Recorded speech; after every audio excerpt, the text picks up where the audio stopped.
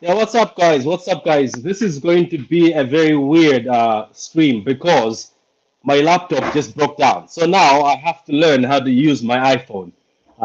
So to be honest with you, I don't really like using the phone because with the phone, you have to move angles, you have to go this way. So if it's not good, just forgive me for that. But oh, look at that. You see what I mean?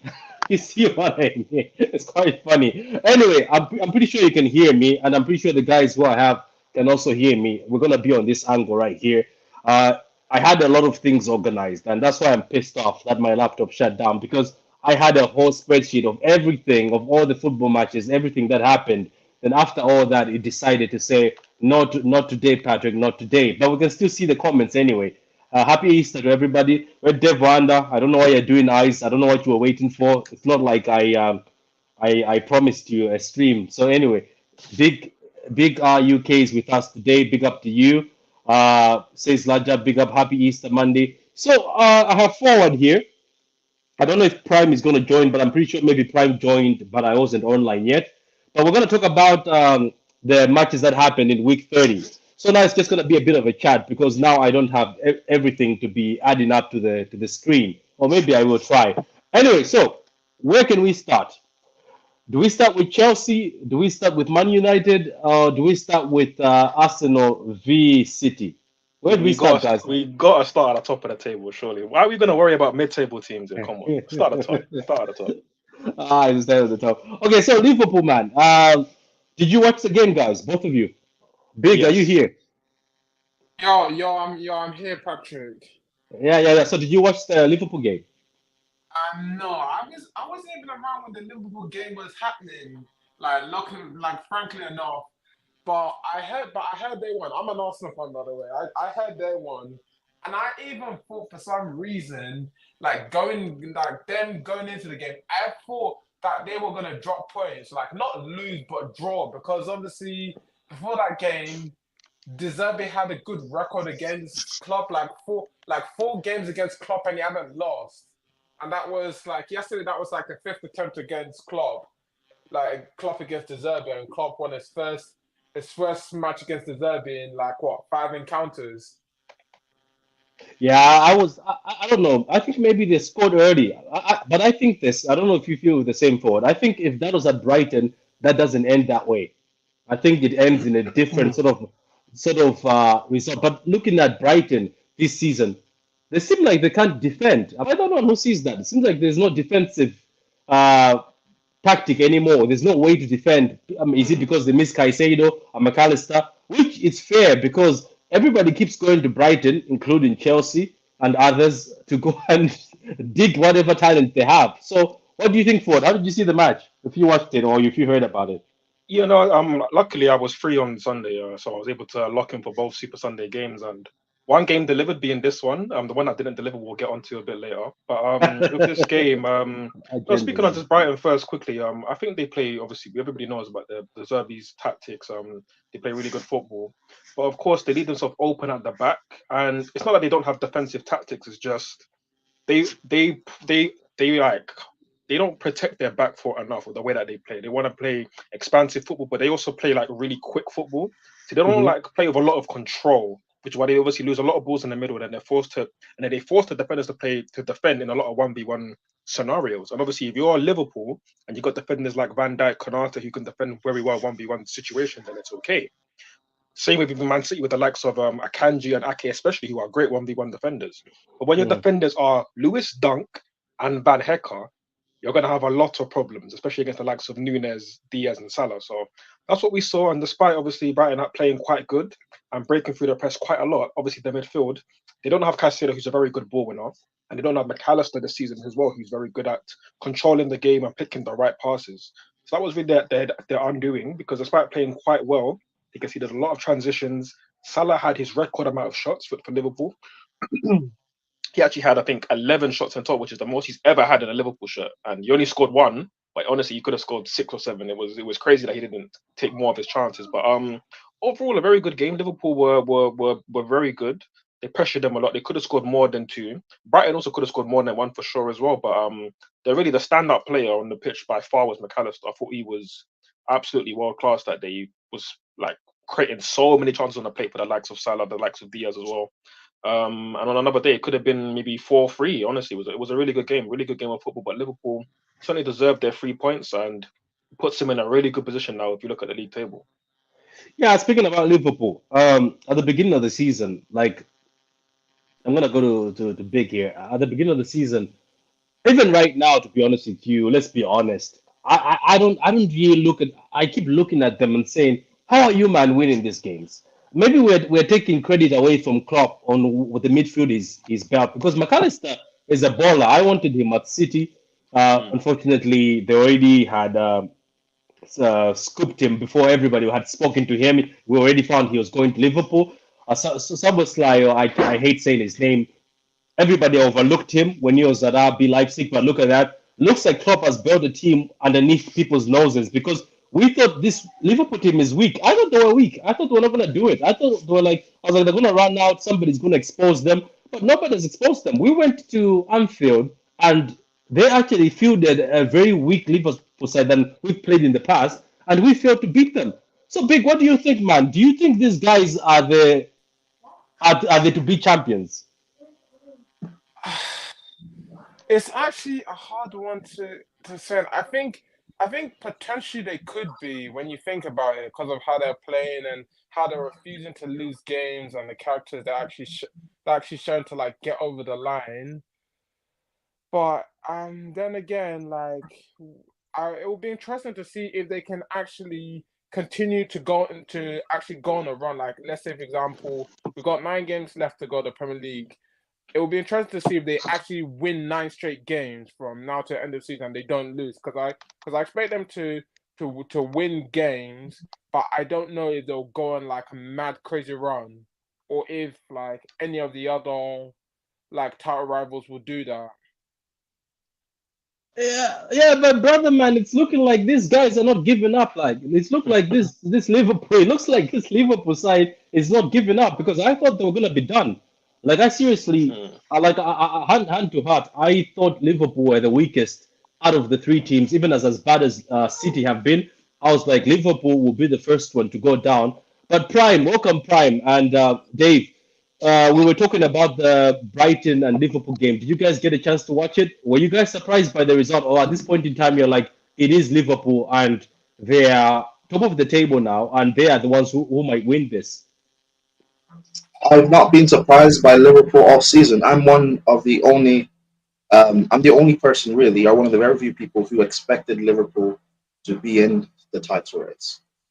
Because I said back last season that if Klopp fixes this midfield, then Liverpool will be fine. I didn't understand the way people were trying to underestimate, particularly not so much City fans. City fans like they'll always have respect for Liverpool, but particularly Arsenal fans trying to behave as if Liverpool are finished and it's going to be the City Arsenal dominance for years. No, Oh my you don't days. underestimate. I may not like Klopp or rate him highly, but I do respect that he is a world class manager, and I expect world class managers to fix things that are going wrong and get things right eventually. And he's done that with this midfield. I don't think it's not the way I would have fixed the midfield, but he's fixed it and it's working, and the team is functional. And they're even with the injuries, there's no excuses. They're still in this title race. Yeah, wait, can I just Mm. interject? You were saying that like some odd like Arsenal fans were thinking that like Liverpool had finished. Personally speaking, I'll just be real. Like me as an Arsenal fan, I never felt Liverpool had finished. Maybe the Arsenal fans who are like on social media thought that because you know those ones they like to put some mad stuff. But I personally, when I saw Liverpool, I didn't think they were finished. I thought that this season they were probably going to be in like top three. That's what I expected. But challenging, I didn't know that they were actually going to be in the title race because if you get what I mean, because I thought like they probably needed another defender, but obviously their defense has really improved and really and truly. Kwanzaa has been amazing. So yeah, Mm. Uh, hello guys. I um, I'm amongst those who didn't stop saying that our toughest title challenger, City, our toughest title challenger would be Liverpool. For some reason, they just seem to be something about people thinking that okay, these guys are washed. But if you look at the core of that team, it's still there. It's just last season they had a bit of a mixed bag with the midfield. They failed to address certain issues that they had. But once those things were sorted this summer, and a lot of people even underestimated someone like Wataru Endo, and you have to look at how they were rebuilding this summer structurally with the likes of McAllister and Soboslai. They were never really going to need a world class number six. What they were always going to need was an effective number six, and Endo has proven to be that. And McAllister himself, if you go back to last season where he was at Brighton, at times he played the six for Brighton and he held his own there thoroughly. So I just always felt like if someone would push Liverpool to push City to challenge for the Premier League, it was going to be Liverpool. Arsenal were always going to be there and thereabouts, but I just always felt like um, Liverpool have Klopp who knows what it is to win a Premier League. He knows how it is to challenge for a Premier League and how it is to chase down City or be chased down by City. With all the respect that is due to Mikel Arteta and Arsenal, they don't. They don't know how to win a Premier League. They don't know how to hold a lead when they're being chased themselves. So it was for me it was always going to be Liverpool and City and then Arsenal there and thereabouts. But even um, now, I still feel that it's Liverpool.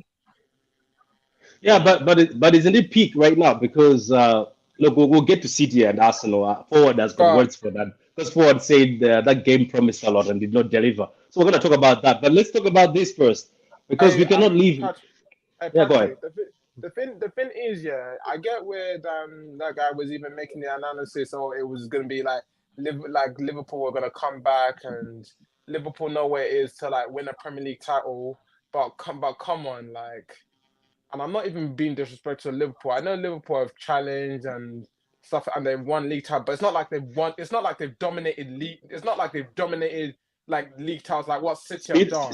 Speak on it. Speak on it. Speak on it. Because like the thing is, I'm not even like hate on Liverpool, and I No, no, actually no. like Feel, I feel, actually feel free. Feel free. Yeah, like you're free. Speak on it. Speak on it.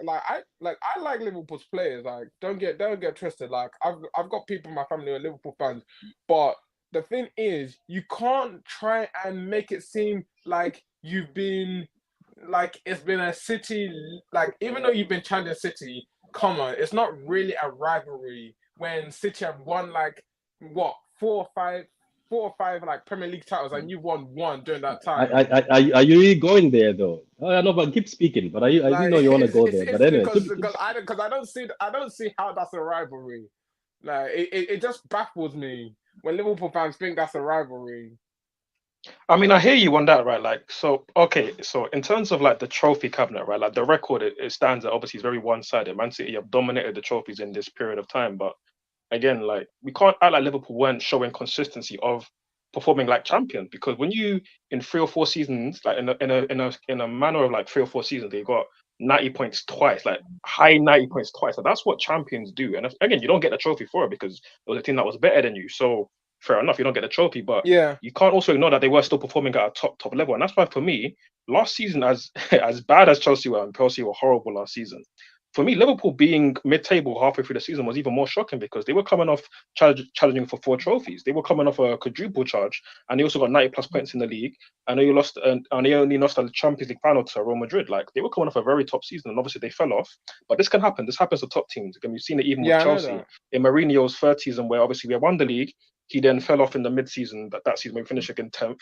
Conte came in with again pretty much the same group of players that won a league title, and then Conte won it in his first season. So we do see it with top teams that they can fall off, but it doesn't take away the fact that there's a lot of world class players in those teams. Again, Chelsea had a lot of world class players in that team. Liverpool right now, again, Van Dijk, Trent certainly going forward. the likes of Salah, like these are world-class players still. Alisson, world-class players still. So they didn't just lose that ability over one season. They had a poor Yeah, season, and but yeah, those players, it's not I as know difficult for them to bounce back, which is why it's not a surprise. And I even said it from the start of the season. I said it even in the last stream that I did with you guys, that it's not a surprise that Liverpool are back here. It's not. Maybe the way that they're playing didn't look super sustainable, but they do have the players that can win these games that are a bit ugly. They can always start games slow, but then find a way to come back and bounce back in games and score 3 or 4 goals and create lots of chances. So for me, it wasn't Okay. really that much of a surprise, if I'm honest. All right, let me ask you a question. Do you want would you want your team like keep having to rely on winning games, like going behind all the time? Because surely at some point, if you keep relying on that, surely you'll get found out. Because like, what if, let's say for example, in any game, unexpected, you find yourself you start pulling, you find yourself 2-0 behind. Then what now? No, it's true. Like I wouldn't want that. Well- I wouldn't want my team to do that, right? But if you really look at it over the context of the season, like Liverpool consistently create chances. They consistently have these waves of momentum where in the 15-20 minute period they're just peppering the team's goal. And if you consistently do that over a season, then you're gonna have success. Like I mean, we've even seen it in the big games against Man City. Like even the last game at Anfield, like the first 10-15 minutes, City looked like they were gonna just pop them off the field. Like it looked comfortable for City. And Liverpool gradually grew back into the game, and all of a sudden it was competitive. And there was even periods where Liverpool looked like the better team. We saw it even with Arsenal at Anfield, where Arsenal came, they scored an early goal, and they were in control. But then Liverpool gradually grew back into that game as well. So it doesn't look sustainable. Like I agree. Like even with Patrick said it at the start of the season that Liverpool were having a lot of these shaky games, and I agree. It doesn't look sustainable, but they've proven it over and over again that they're able to just have these waves of momentum in games and just pile on teams and create a lot of chances. And more times they're going to score because they have a lot of shooters up front. And it's working. It's working. Call it inshallah, call it whatever. Like we're in April now. You can't say it doesn't work anymore. They're in April. They're on course for 90+ points. It's working. It's working. It's their style of play, and also when you have like experienced match winners that have been at this level, you're always going to be able to make your way through. I don't necessarily. Is that forward? Yes, sir. Yeah, I don't necessarily. Prime. Come on. Who else speaks like that? That's forward. Yeah, true. Who else speaks that educated? That's forward. I don't necessarily per se agree with the overtop praise from Liverpool throughout the Klopp era, but I do agree that like people should have respected them coming into the season being in their title race. Like they weren't going to just fall off a cliff and just flinch. Like they've still had the players, they had the spine and had the base system in place. Like they're always going to still be in this. Now, whether this system or whatever that they're doing is going to be enough to win the title this season, I don't know. But they're in it, and so long as you're in the title race, you always have the chance to win. Okay, so let's go over to our best friends, our neighbors, Man United. They were playing Brentford. And then what minute was that again when they scored? They scored at the late minute. I think I was watching the game. I slept, I think so. I think I slept and woke. Yeah. 88, So I think it was. it was 88th minute, isn't it? So guys, where do we start with United? Does anybody have anything? And because I don't have, I'm running out of questions for this team because most of them keep saying, "Oh, our team is not good enough," but when they perform, they keep telling me that the manager can win Manager of the Month. They told me Rasmus is better than Haaland and Nunes, so that he can win Player of the Month. They keep voting their players Player of the Month, yet they're telling us that the team is not good enough. Does that make sense? Make it make sense. I'm going to start with forward. Forward, looking at the Brentford versus United game. So, did you watch it? Was this Saturday or was this Sunday? I don't This even game remember. was Saturday, the late kickoff on Last Saturday game, the night. late game. And I didn't watch the game until I only tuned in like in the 80th minute, right? And again, people were telling me that United have conceded 20 shots again on goal and all of this stuff, right? And like it was just a typical Man United performance where they have no identity, no style of play. It's just hoofball, inshallah, with Bruno and the likes of Rashford and Garnacho and all these guys. It's like it's just nothing sustainable. Like And they beat Liverpool. They beat Liverpool just days ago, weeks ago. Yeah, so like again, they have these moments in them where they can like in the chaos somehow score goals. Like it's not that they don't have match winners; they do have match winners. Even the likes of Bruno and Rashford have had horrible seasons. But this game was just another indication that Ten Hag is a fraud. He came in with his always talk about Wait. You don't rate him. I mean, honestly, how can you rate a manager who coaches football like this? Like, we all watch the game with our eyes, and we've seen enough examples of them conceding 20 plus shots to the likes of Aston Villa, who were in poor form, Fulham, even Sheffield United, Burnley. We've seen a lot of these guys go and play them and actually have really good games on some of their best games of the season against Man United, dominate their midfield, dominate the defense, pepper their goal. Like, it happens consistently. So I don't know how you can rate that when this manager came and saying that, oh, era's coming to an end. I'm going to try and coach a certain way of football from the Dutch Football League. And then all of a sudden into your second season, you're saying that I can't play that Ajax way. And they're like, why can't you play that way? Because for me, yes, players are the most important part of any team, right? But they shouldn't define how you play. Players may be defined if you win football matches, but you can still implement your style of play with any players that you have. And Ten Hag should have been able to do that with the players that he's got, and especially with the fact that he's actually had the money to bring in his players. It's not the Poch situation where people can say, "Oh, Poch didn't technically bring in these players." No, Ten Hag has spent around 500 million on the likes of again Anthony's, your Mason Mounts, your Hoylands, all of these guys, and a lot of them, how many have looked like they're good signings? So for me, horrible fraud of a manager. And I hope he stays in a job there because I know that he's not going to take United anywhere good anytime soon. But yeah, another horrible display. And just to implicate that, like, the worst part about United is that for as bad as they are, they always find ways to get results because they were getting peppered by Brentford, and yet they scored a last-minute winner, the 96th minute. Mason Mount. And then they still throw it away. Like, they're horrible to watch, but yet they can still get results somehow. It's crazy. That's Prime's guy, Mason Mount. That's Prime's guy. That was used to be Prime's guy, Mason Mount. I remember. Wait, when did I defended Mason Mount? When? Money. You know what though, Prime? Let me just say, you guys are Chelsea, man. Big up to you guys. Mason leaves, now it's Konagaiga. What's the curse at Chelsea? It seems like somebody just steps up. Like Mason Mount leaves, you're like, thank God he's left. And then Chelsea fans love to rate mid academy players. Yeah, we will not go to Chelsea yet now. So what's your thought? Anybody in the panel, what's your thought on United? Because I don't even think Ten Hag will fix this. Is he going to fix this? I hear there's Southgate coming. Southgate is coming. I heard they're looking at Graham Potter. Is it good for United though? Maybe they have to accept that they are not the United they used to be. Because let's be honest, there's a point in time Arsenal accepted that we're not the Arsenal from back in the days. We have to tone it down a bit, go back to our roots. They played the kids. Maybe United also has to just accept that they're just United by name, but nobody is scared of them anymore, and they know who they are anymore. Because I remember when I used to walk in the pubs, United fans would have chest in Ireland. Now they don't have chest anymore. United fans wear hoodies.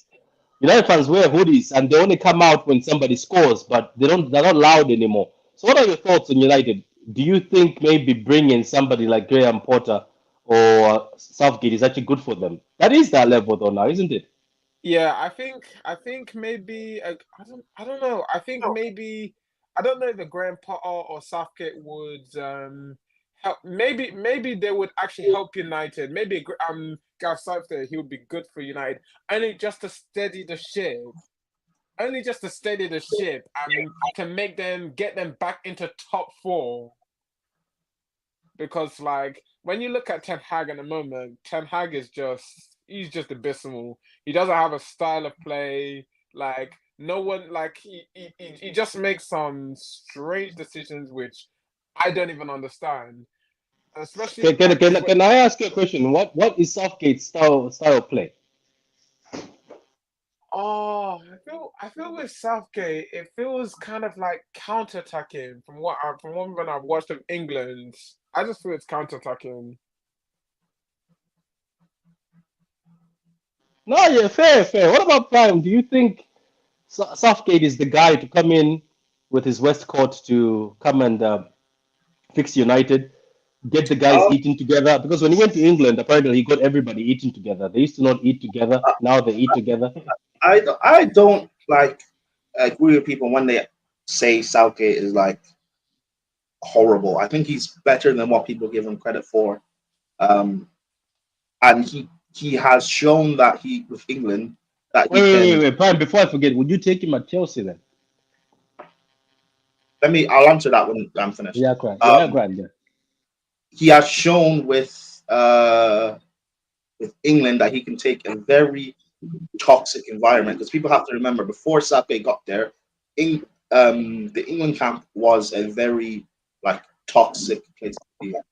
Particularly, they had just failed in, I think it was the World Cup. Was it in You Brazil? I remember? think failed in the Brazil World Cup, failing to get out of their group. Like England camp for English players is a very toxic place, and he's made it now be very positive, and he's given England their best like run internationally since they won the World Cup in like 1966 or wherever it was. Now, in saying that, should he get the Man United job? If we're viewing Man United as a big club, no. However, I do think he can be. I do think he can come in for maybe a year or two and help with a cultural like reset. But ideally, he probably shouldn't. It probably shouldn't be him just because of how people view him, and they wouldn't allow him. The fans wouldn't get behind him and allow him the time to do that They'll be cultural waiting reset for him to fail. they actually need. However, like in theory, I don't think it's necessarily the worst idea. Would I take him at Chelsea? Um, I guess it's kind of the same thing. Well, not necessarily actually the same thing. Would I take him at Chelsea? No, because I don't think he should be taking. He should get a job at a big club like a Chelsea or like a Man United. But Hey, he's now on that note, I'm gonna ask you, Prime, and Dave. Dave, are you with us? Is Dave still with us? I am with you now. Sorry, Yeah, yeah, yeah. Let me ask someone walking you. here. Yeah, Prime I'm with has, you now. yeah, Prime has said something. I want to ask you, and I want you to be fair. Would you consider Man United still a big club according to football in yes, 2024? I it honestly it would depend on a lot of things, but as a whole, personally, I would say they're a big club because as much as I enjoy slugging United off, you 10 years or 10, 12 years does not take away a legacy that was built over 20, 25 years or so. So in that light, I would say that they're a big club, but that's about it really. Because for the best part of a decade, United have not shown that they're a big club. They've not acted like a big club. They've not recruited like a big club, be it player or manager.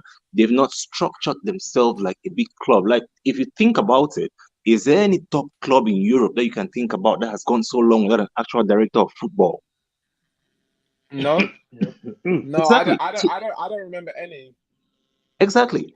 Except for Manchester United, they've not had one. I think was it up to last season?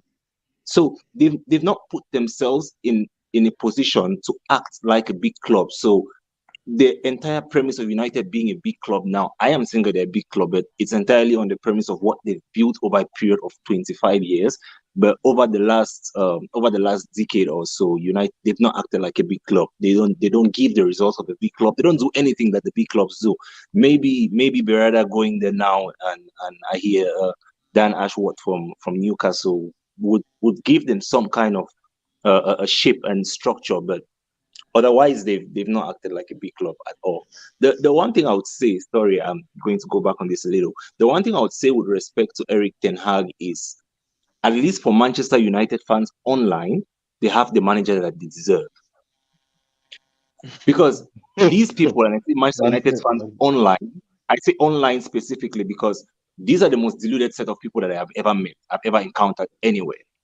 And they are so deluded that they believe the lies that he feeds them every day. We watch a football match where United get battered from start to finish. The manager goes to a press conference and says, "Oh no, it was a close game. We nearly won. We are unlucky." Oh yeah, he said Man City were lucky to win. Yeah, And and somebody showed it's 29 not shots new. on He's been Yeah, doing it hey, for 18 months. It's not he's actually a clown because the it's next not thing you know, new. He's been doing when it he for wins, 18 months. And he's United fans now lap it having up. a dig at United, like Man City, and he's now having a dig at what Arsenal saying Yeah, that it, it, it, Arsenal were lucky, City were lucky. Like if you it's won it's against unbelievable. Liverpool, enjoy your win and move on. Stop bringing up other teams that you didn't He does it. play. He does it. He does it, and it's Salty. unbelievable because he's been doing it for 18 months, and United fans seem to accept it. I watched the Brentford game from the minute one. I do not understand how on earth Brentford do not win that game by 5, 6, 7. And I am not being funny. Brentford should have scored 6 goals in the first half. An unformed Ivan Toney gets a hat trick in the first half. It was that bad of a performance. United were horrible in that game, and they've been like that against struggling teams. This is a Brentford team, by the way, who've not won a football match in God knows how long. Well, And I was watching with someone. they've I been was watching trashed. with They've been someone. trashed this season, haven't they? They're all the same Brentford, yeah. The only game they Yeah, won recently was Tony's first game back. They haven't won since that. Ah, Yeah, oh, wait, they've wait, been, wait, they've wait, been wait, on a forward, forward, wait, David. Let me ask, forward. Did Tony do an interview with Kest saying we're gonna see what he's made of? He's gonna prove people wrong. I think that was Tony, wasn't it? He's been doing a I, lot of I interviews think lately. A lot. I, He's been talking a lot. I didn't even know because he's been trying to focus on like his future Yeah, he said and Madrid. He said helping Madrid his will team. come for him. Yeah, he said Madrid. Dave, he said Madrid will come yeah, Oh for yeah, him. yeah, yeah, yeah. I he, remember. he I did remember make a now. lot of Now that you lofty bring it claims. up, So now that you bring, I remember. You know what, guys? yeah, but Okay, yeah, go ahead, go ahead. We're going to this segment. I was watching the game, and I was thinking to myself, and to the person who was next to me, like, surely this is not one of those games where United get battered and they walk away with a 1-0 win, and in the 88th minute or so they get a goal, and I'm like, yep, that's it. And in my mind, I'm thinking, okay, these people are going to be able to set themselves up to take 3 points from this shambolic performance, and even that they cannot hold on to it. That's how bad they were on the day, and that result flattered United. And then for the manager to go in the post-match presser and say that Yeah, did we lose him? City got lucky to beat Brentford, about 35 shots or so, and Brentford didn't accumulate an XG of up to 1. It's just dishonest stuff, and the fans seem to buy into it, so he just keeps doing it. They have the manager that they deserve. Yeah, you're right. You're right. Just to add quickly as well, that even last season when Thomas Frank and Brentford obviously beat them 4-0, Thomas Frank after the game, this game that they obviously drew 1-1, he said that we actually played better today than when we beat them 4-0, and that just says everything. Like, they consistently get battered week in, week out against good teams, meaty teams, horrible teams that are even part of relegation.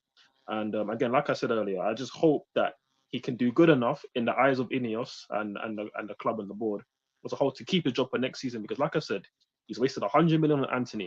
He's wasted plenty of money on the likes of even Onana, Amrabat, Mason, Mount. So many other players that they wasted money on, and I just hope that he stays in the job to waste more money and keep United where they are right now, which is just irrelevant. Where they are right now is irrelevant, and they're going to continue to be that if Ten Hag stays any longer. Yeah, Ford, do you want to send the link to Abdullah because he wants to join in? Since I'm on the phone, Prime, my laptop decided to say it doesn't want to switch on. It refused. It refused. I had a whole presentation for everything, and it decided to say not today, not today. So you know what, Abdullah? Yeah, if you one of you guys can send Abdullah Yeah, I'll send the it. I'll send link. it. Yeah, big up, big up. So let's see. Here, Prime, I'll give this one to you. Prime, you can take over the show. This is all yours. All yours, Prime. What, Chelsea? He's pretend. I don't know. Chelsea. This one is all yours. Uh, Chelsea. Oh, by the way, do you know why I just have Chelsea? It's not like an insult. I actually forgot who you guys played. Like genuinely, I forgot. We played Burnley. We drew a Oh, 10-man. Burnley. Oh Uh, yeah, 10-man Burnley. Let me write that. Let me write that. with the chances that we had,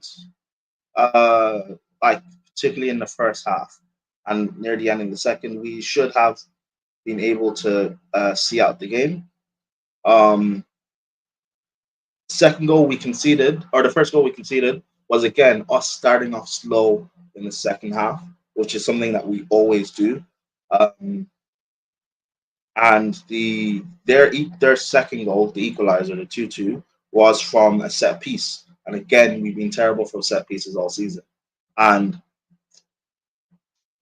like, as much as those two things, like, as much as I can put, like, I don't know, I can keep reiterating the same things I've been saying all season about Poch. But in this game in particular, you're playing 10-man Burnley. They're a championship side at best. You should be winning that game. It's like there's no way to excuse it. Like, you should be doing enough to win that game. But again, like, I don't know. I just don't really care. I'm just winning for the season. Wait. So, wait, can I ask something, man? Like, Yeah. do you see progress? Like, first of all, No. I know who are people who are poaching. People are like, we have to keep poach. And to be honest with you, I'm going to say this forward. I'm pretty sure you guys heard me before, maybe on HH's channel or other channels. I used to rate Pochettino. I rated him, and there was a time I was like, oh yeah, I would like him at Abdullah. I think Ford sent you the link. Abdullah he says, oh yeah, link. I don't know what he means by that. But anyway, I mean, like, I used to rate him at the point where I used to say, oh, when Pep is gone, we bring Pochettino. But this man went to PSG. PSG, where PSG win the trophy easily. And I think he had them playing badly, isn't it? Were they great? I don't think they were He great. is. If you speak to PSG fans, he is. He is the worst manager they've had in this like Qatar money era. They're in. He's the Is worst. it? Yeah, he is the only manager. He's the only PSG manager, I think, to win the title but not get nominated for Manager of the Year in France. Okay. So he is a Westman. It's So awful. And the thing is, I've like never really rated him as an elite manager. mm, Back then, when he was at Spurs, I didn't rate him because like he was an early man. You're not able to get over the line and win the major trophies. Now he is just completely finished as a manager at the elite level. The way people will treat Jose Mourinho, but they'll still think Pochettino should stay in the job and give him time doesn't make sense to me.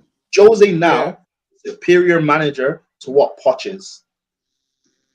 I Uh, get what you mean.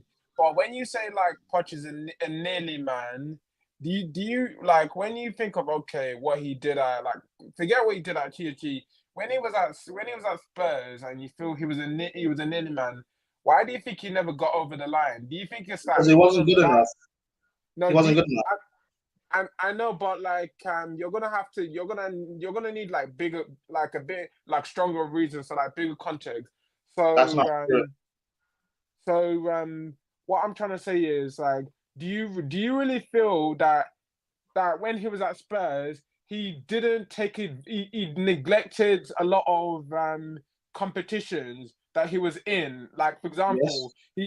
for example, he only wanted to go for like was it only Premier League. Remember that year when Chelsea last won the league and Spurs finished second. Um, Poch in his first season back in Champions League, he got knocked out in the group stages. First year back in Champions League, and then what? They were in Europa League. They decided to they decided to throw Europa League away because they said, "Oh, Europa League is a shit competition." Ra ta ta ta. But if you've Bro, never won a trophy, you should want to take that seriously because that helps to build a and winning that's why mentality. I don't respect him. He's a nearly man. I'm not even saying like he should have won the Prem or won the Champions League final he was in, but at least win a Carabao Cup, at least win the FA Cup. And when he Exactly. got to semi-finals and final, he consistently failed. And also, he lost the title to Leicester City. People talk Yeah, about like how amazing of achievement that was for Leicester. Spurs were better than them, and they lost. He lost the title. yeah, I that's what don't, I'm I don't saying. respect him. That's what I'm saying. And a lot of Spurs fans will not like this in the comments. They will say that like they were never in the title race that year. They will say that oh Arsenal won the title race. But anyone who has any football in this knows Arsenal were never in the title race that year. Like Arsenal were were already out of the title race that year by like what around March or April of that season, and Like, Arsenal were just trying to salvage their but, season. but yeah, to answer the question, no, I don't like anyone any people who are trying to say like he needs time, he deserves time. like Would Abdullah. anyone, would anyone take him at their club? Any rivals? Would you guys take a Poch at your club? No, I'm just saying, I think Abdullah wants him to stay, isn't Abdullah? Yeah, want who to stay? Who to stay? Who do we want He's to saying stay? Pochettino. I'm Pochettino. back. Can you guys hear me? I beg. Yeah, Let, let, we can hear you, bro. don't rope me. Let me speak my mind. I beg. Who to stay? Shout out to everybody in the chat, people in the chat, people in the panel. Good morning, good afternoon, good evening, whatever time you guys are. I hope you guys are doing fine. Patrick, you see, Chelsea and me is a total disagree with me and Chelsea because I've been saying this from day one.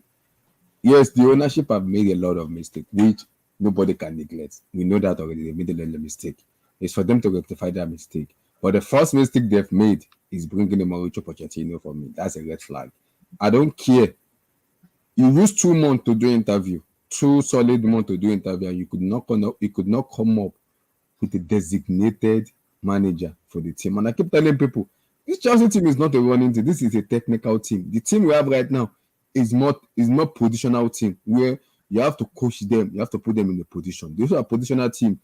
Madueke, Modric, all of them, Enzo, Caicedo, all of them are Jackson. They are a positional team and positional player. So you need a manager that can play positional team where you put them into position, you coach the philosophy into them. Just one. Not tell them to run. Because yes, I understand EPL is all about running, but you need coaching. Because these players are young. They need proper coaching because they are young.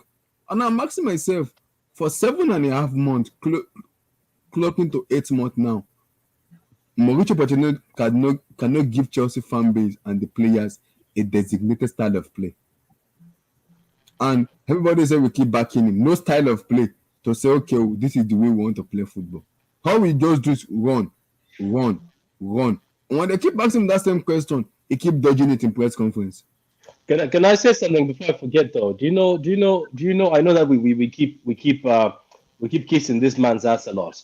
But the only reason why I think people keep doing that, nor did he, by the way, is because this man, Angie at Spurs, this man came to my stadium with scraps. He's going to scrap with scraps without his defense. He still has the same style of play, and we were laughing at him when you guys whipped his ass with his high line. But guess what? He has a style of play. Why I don't see anything with Pochettino, because you guys played City, and I remember Prime, people were laughing at me when they were saying I was triggered, when I was pissed off saying, why did we draw against this team? And then I told one of the guys who was on the panel, I think on the football chairs, his name was Don. I was like, you guys keep doing this, but next week you'll be slapped up by Luton. You know what I mean? Like, I don't get your team. I don't get what you guys are looking for. I don't understand exactly what you're playing. Because, first of all, with the sort of firepower you have to play Burnley, who shipped 7 or 6 against Arsenal, and who shipped 5 against City, and they've been shipping a lot of goals. Even Sheffield United, I think, dunked on Burnley. I think even Sheffield got something out of Burnley. I was watching the game, I was like, come on, Chelsea, there's 10 men. At least just go full-on attack. There's no way Burnley will do anything to you. But now, somehow, I don't understand what he was playing. I just feel like your team, Abdullah, I'll let you speak, then maybe you can go forward. I think you lack also a very creative player, but Cole Palmer can be that creative player because I have seen him in the academy players at number 10.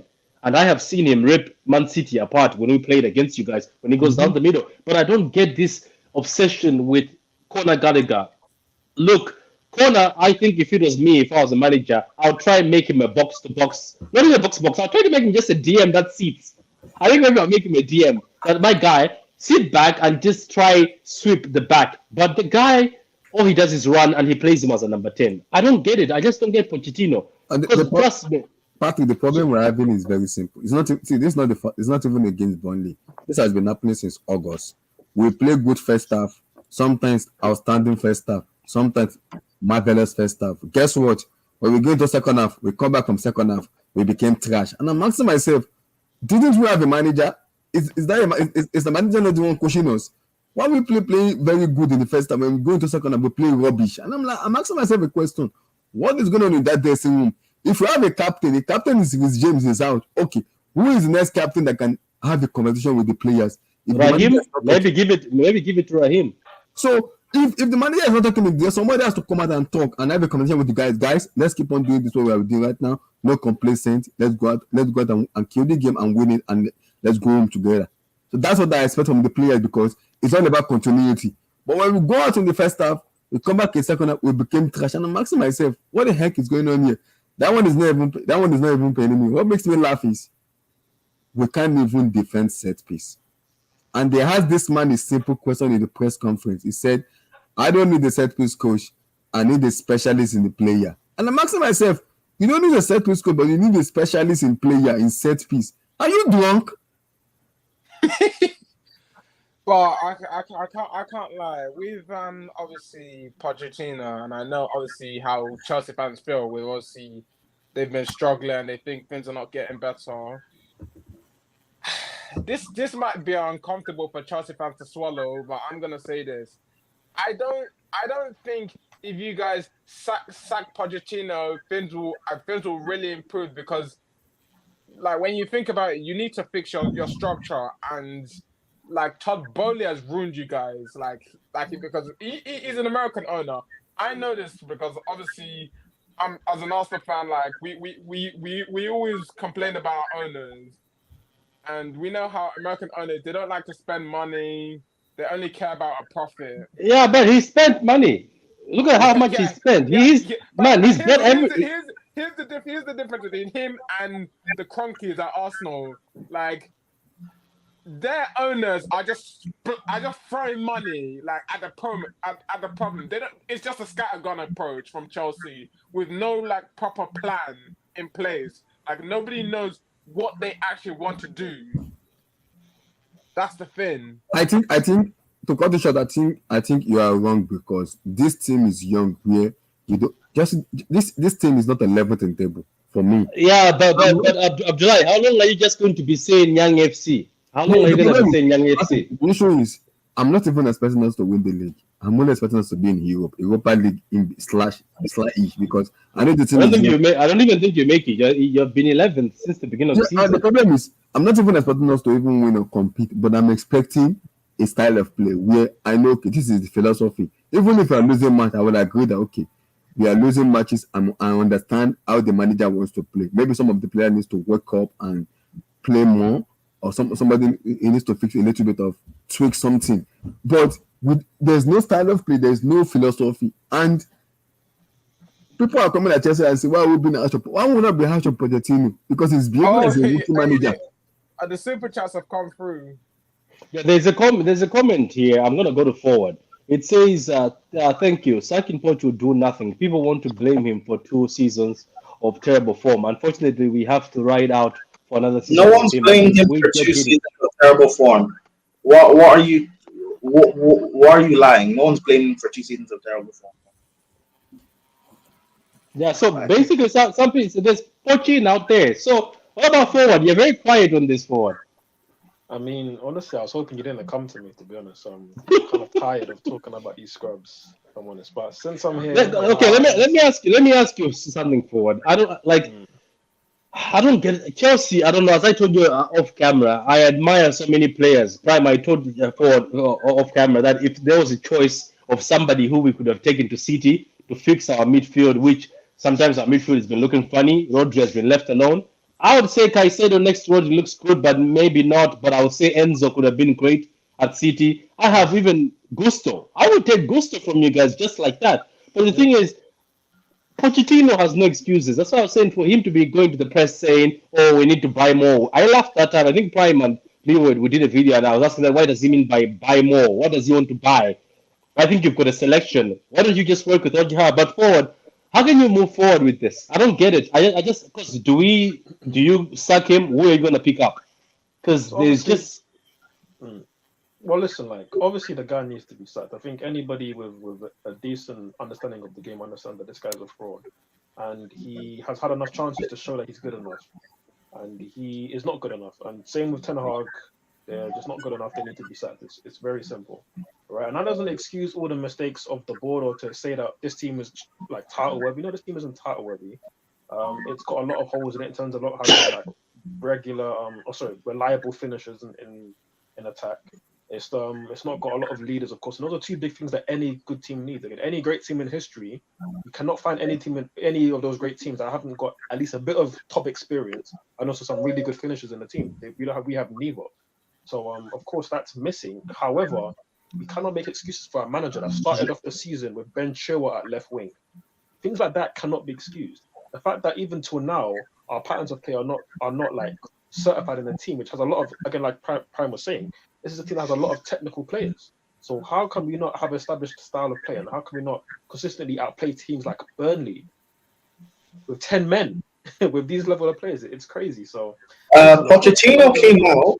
Sorry for to interrupt you. Pochettino came out in the quote after the game, and he admitted that when the team has nowhere to turn, their solution is give the ball to Cole Palmer. He will know what to do.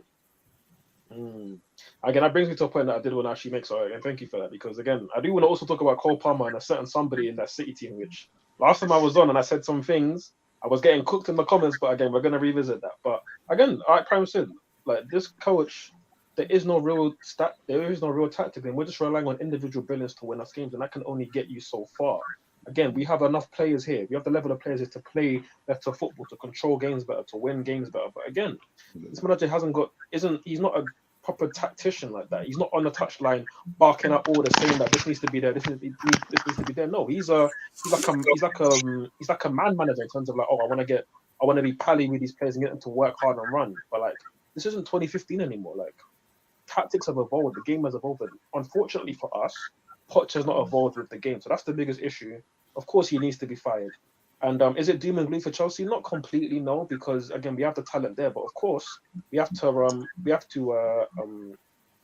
attack certain issues with the club, issues with the team, and that's of course having proper finishes up front. I can take the chances that we are creating, and of course, you have to bring in experience, because again, no top team can work without any proper experience. You haven't got proper experience. All we have is Thiago Silva, who's clearly over the hill, and then Raheem Sterling, who's never been a leader in his life and never will be. Like, so you can't rely on that. All right. Can I just say something? Go ahead, David. David, go ahead.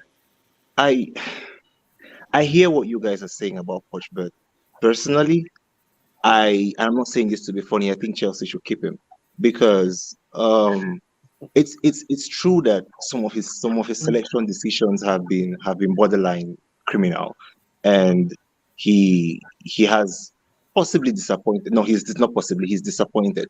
But here's the thing that I would say: Chelsea have built their squad in a way that was never going to be successful in the short term. It was never going to be successful in the short term. The owners came in with a seemingly clever plan, but what they did not anticipate is that when you put together a bunch of young men who 21, 22, 23 years old, you give them 8-year contracts. These boys are playing with zero work, with zero stress, because you cannot beam them up. That's it was a smart move in terms of balancing your books, giving Caicedo an 8-year contract, giving Malo Gusto a 7-year contract, giving all of those contracts out. But the flip side with that is, on the pitch, if it doesn't work, they really do not care, because what are you going to do? Keep me on the bench? What's the worst that can happen to them? So they play with that without any real sense of jeopardy, and that is going to have its effect on not only the manager but the squad. That's not true. No, but I think it's a part of it that is conveniently being ignored. At the end of the day, we tend to usually forget that footballers are human beings. Tell me whatever you want to tell me. I'll tell you at the end of the day, footballers are human beings. You have taken Moises Caicedo out of Brighton and Hove Albion. You slapped him on 150k a year, guaranteed 150k a week, guaranteed for 8 years. Of course, he wants to do well in his career, but you know what? If he's not doing well, he's not to ask, because the worst that could happen is 150k a week. And I don't think it's a major issue when it happens with one player. The problem is your entire squad is built that way. Your entire squad is built that way. So you don't. Let me just make a clear point, right? Like, because I get where he's coming from. I do get where he's coming from in terms of, like, again, the team wasn't built in a proper way, like in a way that's conducive for success. And that's why, like, listen, I wanted top 5 for the start of the season, but I recognize that this squad wasn't built to probably get top 5, given like what we cycled again. We didn't sign proper attackers. We didn't address certain holes in the team, and obviously I don't think it was made in the summer of the players that we left. But the point I want to make clear quickly is that, should this group of players be 11? Should this group of players be below the likes of Wolves and injury-stricken Brighton and injury-stricken Newcastle? No. The answer is clearly no. And I don't know how you can say that they should be. I honestly think that they are part of that. Let me say, hold on. Let me say, that's my point, by the way. There's no defending, like, I think the reason why everyone's looking at everything with such scrutiny is because of how poorly we are doing on the pitch. We have been in 10th or 11th place for the vast majority of the season. We have been so poor on the I'm field. going to Hold on, read hold my on. own I predicted We've it. been so poor on the field that I everyone's predicted looking. this. Oh, By let the me way, I finish. predicted this in Let me finish. August. We're so poor on the field that everyone's looking at things with such a huge magnifying glass. Oh, these 8-year death row contracts. These things only look bad because of how poorly we're doing on the pitch. Who's responsible for how poor we're doing on the pitch? The manager. Now, I will say this: the owners are responsible for hiring Poch and not sacking him up until this point. So You that's need to on them. understand But why we the can't. owners. But we You need to cannot pretend. understand. You But need to understand why the let's owners not brought act as Pod. if. There's Let's not act as if people. there were other Hold on, hold on, managers. bro. Hold on, No, bro. one Hold on, second. bro. Hold on, hold on, Let's hold on. Let him speak. Let let's Prime not speak. act as Quiet. if. Let's not like act as if. Let's just keep Poch because like it's not on him. Because I say this, you guys as rivals, would you take this if this was at your club? You wouldn't. Arsenal fans who are loving Arteta right now, 2 years ago, you guys all wanted him gone. You all wanted him gone. Yeah, many wanted him gone. Let's be Yeah, honest. yeah, I No, remember no, it's not like many. Prime. It's not Remember, many. It's not some many. came on this channel, wanted him I, gone. I know, Patrick. It's we not just many. felt like he needed Even to the get most fond results. Arteta Most of them defenders wanted him wanted gone. him gone. Most of them wanted him Everyone gone. wanted him gone. Everyone. So And let's Even not Arteta act. now paying him for the even job. your man Coops. But Even that your just man proves Coops what wanted I'm him saying. gone. That just Thank you. proves what So I'm let's not saying. act as if a manager underperforming should get time. No, not everyone No, compares to what but you're just Arteta making a what point that Arteta is proves what I'm doing. Not saying. every You manager said will that get that. Arteta was Man United fans underperforming with and then Ten, kept hold faith on, with hold the on. stadium. Man United Trust fans, the hold on. Man process. United fans with Ten Hag, he's doing poorly. He deserves to get sacked. There's no saying he will turn things around. Same about Poch. There's no saying he will turn things around and have an Arteta effect and take you in a title race or whatever. There's no saying that. But Get rid. that's why I fundamentally disagree in the comparison between the situations at Chelsea and United. They are two very different situations. United in a situation where they brought a manager in from Ajax who asked for Ajax style players that he built, by the way, Lisandro Martinez and Anthony, who's the less said the better, and he's got Onana as well, and he's got his players. Yeah, that team is Eric Ten Hag's team. It's his team. On the other hand, 90% of the players that are at Chelsea, or maybe not 90, maybe 60 to 70 players that are at Chelsea, Poch had nothing to do with them coming there to begin with. And that's Poch's fault. So He how knew what he was signing up for. I mean, no, how's that his fault that when cannot Because he he be his knew what fault. he was The signing he up for. That's accepted the his job, but problem. it's not did he his have a fault. say That's his on the problem. signings? Like, That's his did he have a problem. He knew what he was signing up for. That's his problem. Of No, course, no, of no, course, it's his no. problem That to was fix. because My point is he this: wanted to work with young players, but at no, the same time, there were other people who were linked with the Chelsea job, like Nagelsmann, Luis Enrique before he went to PSG, and when Luis Yes. Enrique knew like how Chelsea were being run They rejected us. Yes. and they said no because Yeah. your owners by they that want to very call the shots and they want to admission, you should say be you praising Poch have for to even do attempting this, the this, job. and this, and if you don't do this, you're getting sacked. That's what happened to Okay. Tuchel Okay. Good. And when Pochettino Tuchel took the wanted his job. way, he Exactly got that. sacked. You're But saying that Pochettino everybody accepted swerved the the job. job that Poch He decided to take on. Pochettino knew what he was getting into. He took the job. But let's not feel sorry for him.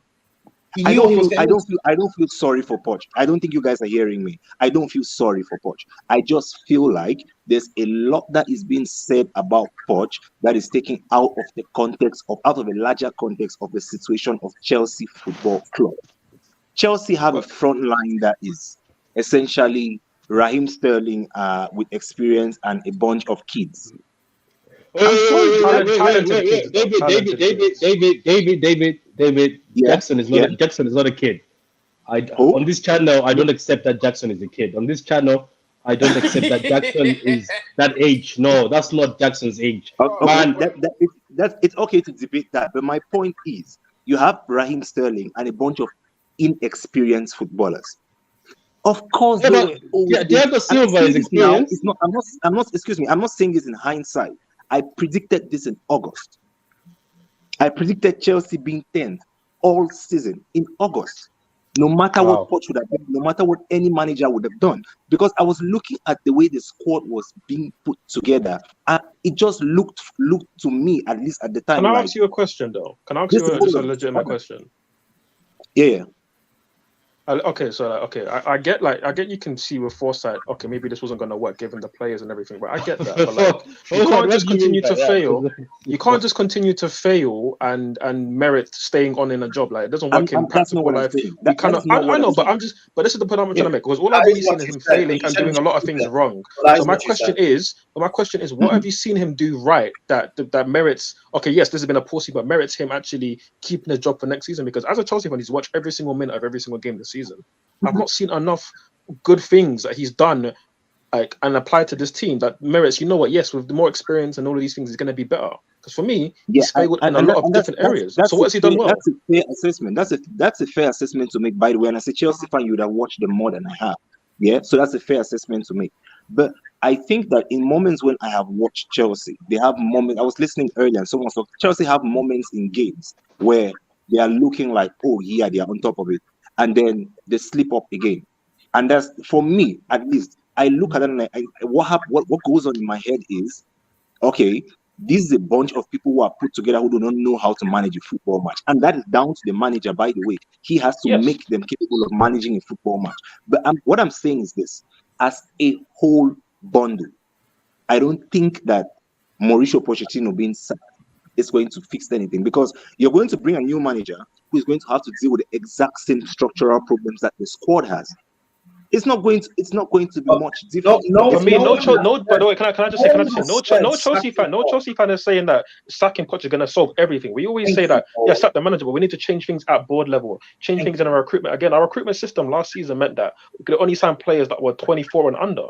That makes no sense, and we need experienced players. And again, it was a young team that we already removed. We removed a lot of experience in the likes of Rudiger, the likes of Mount, the likes of all these other experienced players that we removed. And by the way, we're showing that we're changing our recruitment process. You know why? Because who have Chelsea been linked with for the vast majority of the season to sign in the summer? Victor Osimhen and Ivan Toney. How old are they? Yeah. Are they under 20? No, they're not. Yeah, and they're experienced for many years at top level. There's also something that I'm going to say. There's something which is being ignored as well. Christopher got quite a bit of experience, especially, for example, with Napoli, and obviously being in different leagues. Obviously, he's played for Lille, he's played in Champions League, and obviously he's won. Yeah, exactly. So he knows what it means to win a trophy. So he would add a winning mentality.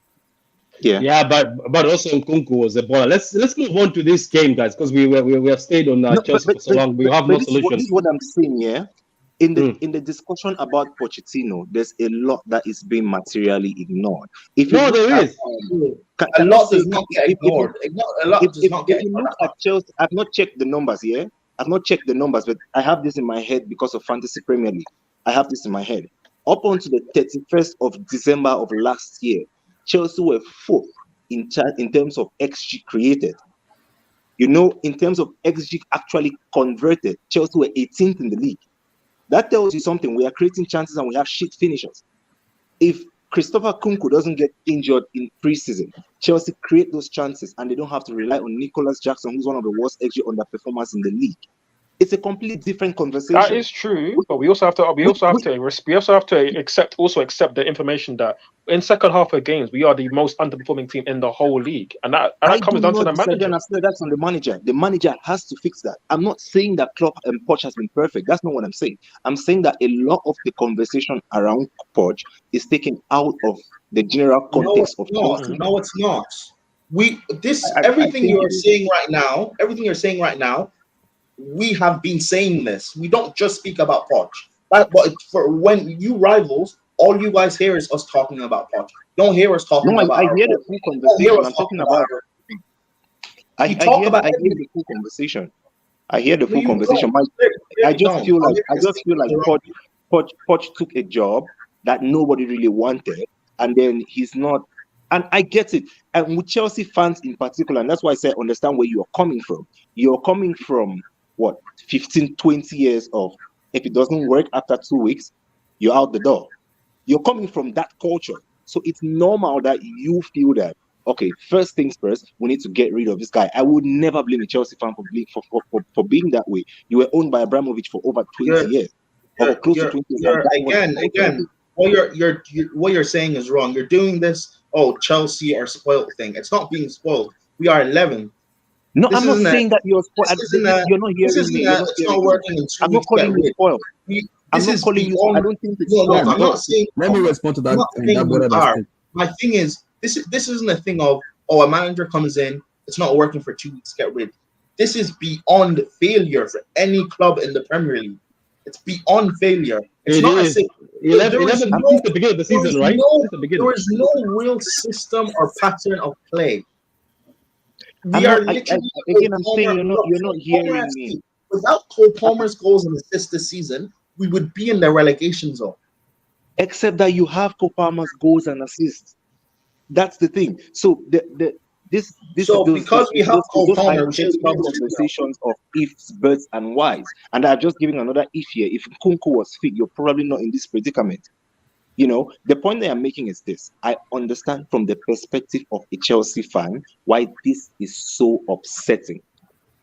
But when you remove yourself from that perspective of a Chelsea fan and look at it in the bigger picture, I think you was talking about how Arsenal fans wanted Arteta out after 18 months. If you remove just the Chelsea culture over the last 20 years or so, right? And I'm not saying that Chelsea fans are sports, by the way. It's just the way it is. Yeah. Chelsea have built a culture of getting rid of the manager if it's not working, and it has worked for them. The fans now are not used to, Chelsea fans now are not used to being in that period where we see a manager being shit for 18 months and we have to look at it there and believe that it's going to work.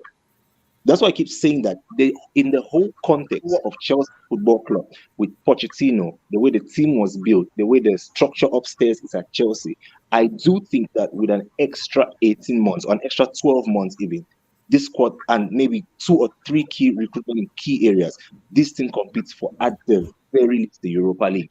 I think No, that No. Abdullah, we're gonna have to move. We're gonna have to move. We're gonna have to move. We're gonna have to move. We're gonna have to move. he's not Now we're failing gonna have because to of move. the structure. Prime. We're gonna have He's to a move. terrible manager. Yeah, Prime. We're gonna have to move out of this Chelsea thing. So let's go to this game. I'll give it to Forward because Forward says he's got a lot of questions and words for this game. So obviously this was advertised by Sky. Prime. This was advertised by BT Sports, even though they didn't show it. I saw banners on the buses saying this is it. I woke up in the morning. Every time I play Liverpool, I usually shake. I'm scared. I have anxiety. I didn't care. I slept like a baby because it was Arsenal after all. It's not like I don't respect Arsenal, but it's just I was like it's Arsenal coming to the ground. But after watching this game, Pep and Arteta could have just had a chessboard at home and played together and not wasted our time watching 90 minutes of boring football. Mhm. But when I looked at the game later on, I was like, why are I'm gonna start with Forward. Maybe I'm being disingenuous because I'm a City fan. So I'll start with you, Forward, because you're a neutral. Prime is a neutral. Abdullah is a neutral. Dave is a neutral. Me and I'm obviously not a Dave neutral, I'm a here. City fan. Oh yeah, Dave so Dave, I'm gonna take you out.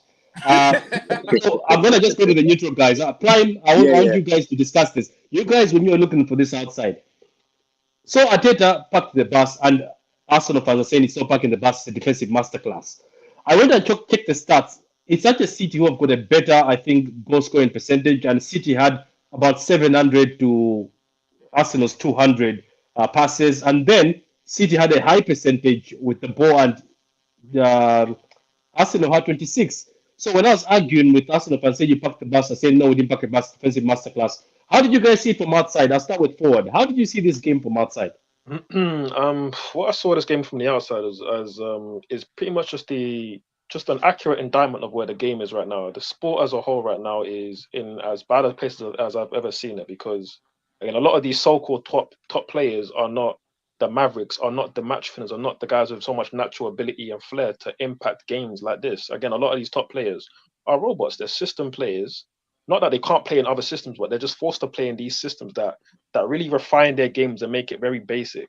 And again, the state of the game now is that the two top teams will play each other, and there's 8 centre backs starting on the pitch. to 8 centre backs and 2 DMs sitting in front of these guys, and we're talking about, oh, this is the best defense in the world. This is an amazing defense, but cool, there's some really good defenders on that pitch, but they're also being heavily protected by these systems with 2 centre backs in front of them and 2 centre backs wide of them. So that's my first point, that the game was horrible, and it's just another shocking indictment of where the game is right now. Yes, Arsenal dictated how that game went, because obviously they could play a more expansive game, but they went there and parked the bus and restricted themselves from playing the football that we've seen them play for most of this calendar year, where they've obviously scored more goals than anybody in Europe, not even just the league, in Europe.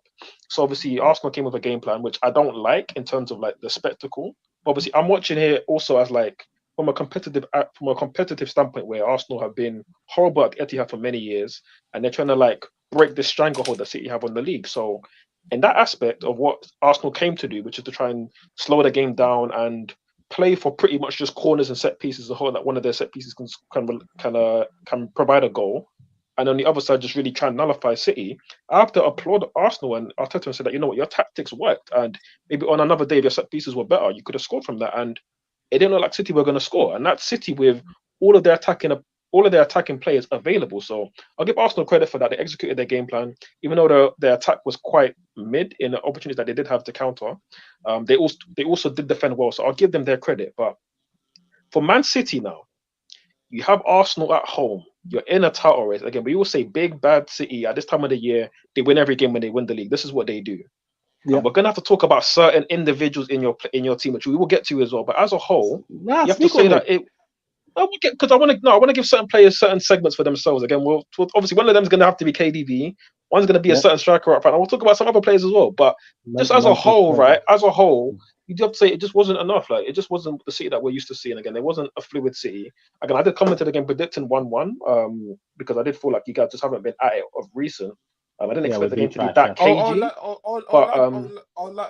No, big. You and me, we're gonna leave this. You and me, let's leave this one yet. Because you and me, we are the owners of this. So you, me, and Dave, we're leaving this. So let's go to Prime. Let me just to round up my point. Obviously, again, I didn't expect it to be this cagey, but again, Arsenal did what they came to do, and it really was on City being the home team, being also the team behind in the table to really show that emphasis and for their attacking players to really take stranglehold of the game. And yeah, Bernardo had some good moments in that, but obviously he's not necessarily that defined match winner like you look at De Bruyne to be. But De Bruyne was horrible performance from De Bruyne again in a big game, because again against Man United and against Liverpool he was cheeks. He was absolute cheeks, and again today and again yesterday he was cheeks. Yeah, man. Haaland, again, you're 6'5" and you can't hold up the ball. You can't like bully one of the defenders and try and like link players or just try and win fouls. You can't do that. And again, when you had the chance to score or to assist Diaz, he was there for that chance at the end. It goes through your legs. Again, the people want to give this guy a Ballon d'Or. I'm sorry. When the day this guy gets a Ballon d'Or, the sport's finished. The sport's finished. Let's be honest. That last one, give the guy. Let's stop giving Ballon d'Ors just because of names. Last Ballon d'Or was given because of a name. My man did not. At least the names are top footballers, and I'm sorry, Haaland outside of scoring goals, which I'll give you credit for. Your movement's great. You're a pretty good finisher, not a great finisher, but you're a pretty good finisher. You're good at sniffing out chances, but not a great his finisher. Impact on football is the game. By the way, not a great finisher. He's not a great finisher. No, he's not a great finisher. What? He's not a great finisher. There is no footballer who's played over 200 games in the 21st century. I mean, no footballer. I'm not talking include Messi and Ronaldo, by the way.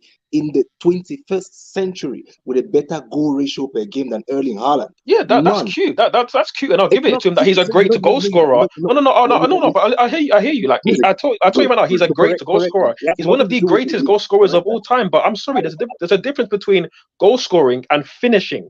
Like, how many times do you look at Haaland and say, "Wow, that was an amazing finish that none of us mere mortals could do"? But I'm sorry, when I look at the guys like Thierry Henry, the guys like Zlatan Ibrahimovic, guys like Robin van Persie, they could finish chances on a crazy level. Dave, we'll come later, Dave. No, let's forward land. Again, just to make the point that, listen, okay, so now we're talking about Haaland. We'll talk about Haaland in it. Cool.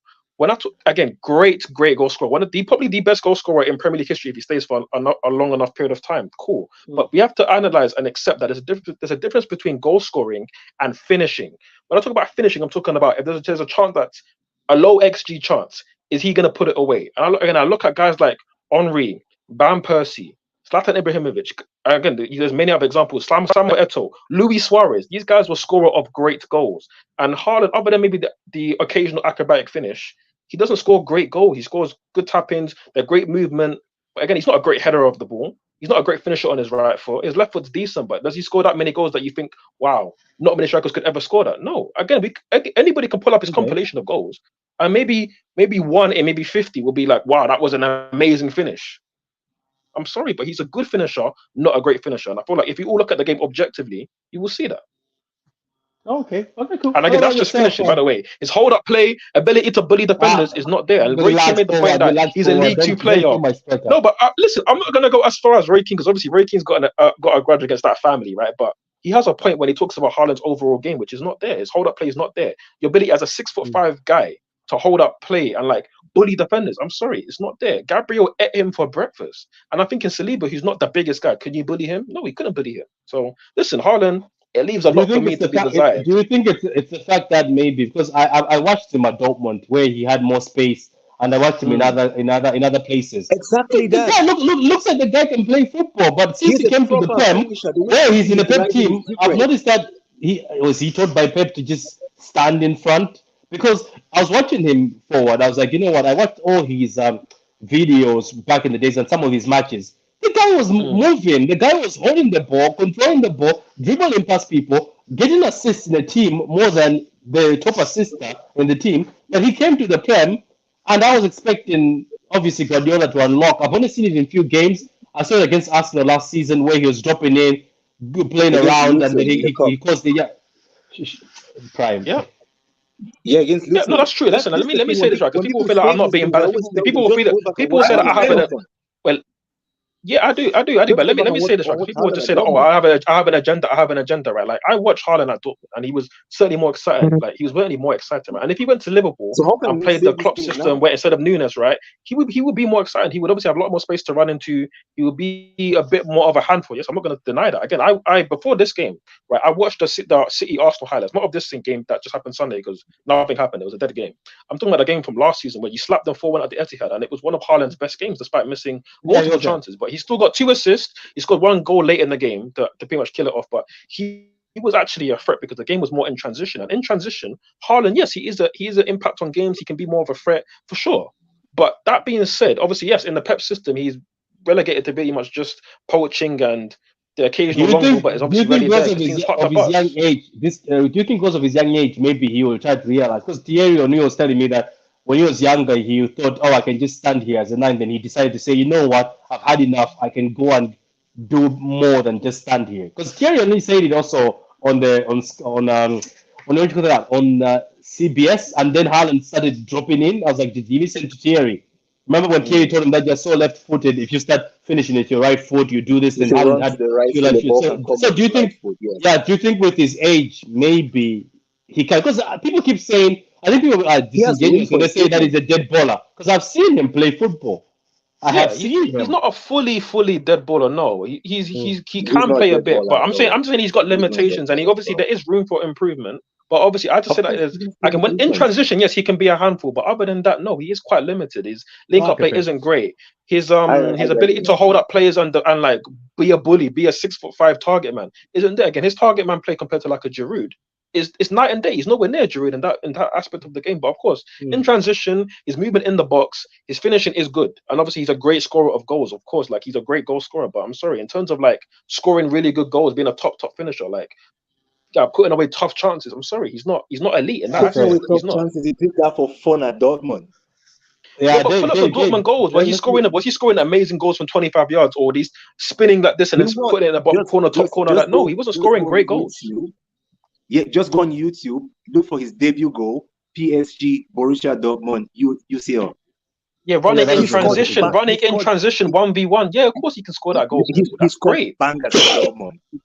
Yeah. Okay, let's go to Prime and Abdullahi. He's not a great finisher. He's not. Okay. Yeah, so Prime and Abdullahi, how did you see the game yesterday? Because Patrick, I've said this from day one. You might take on City and Haaland.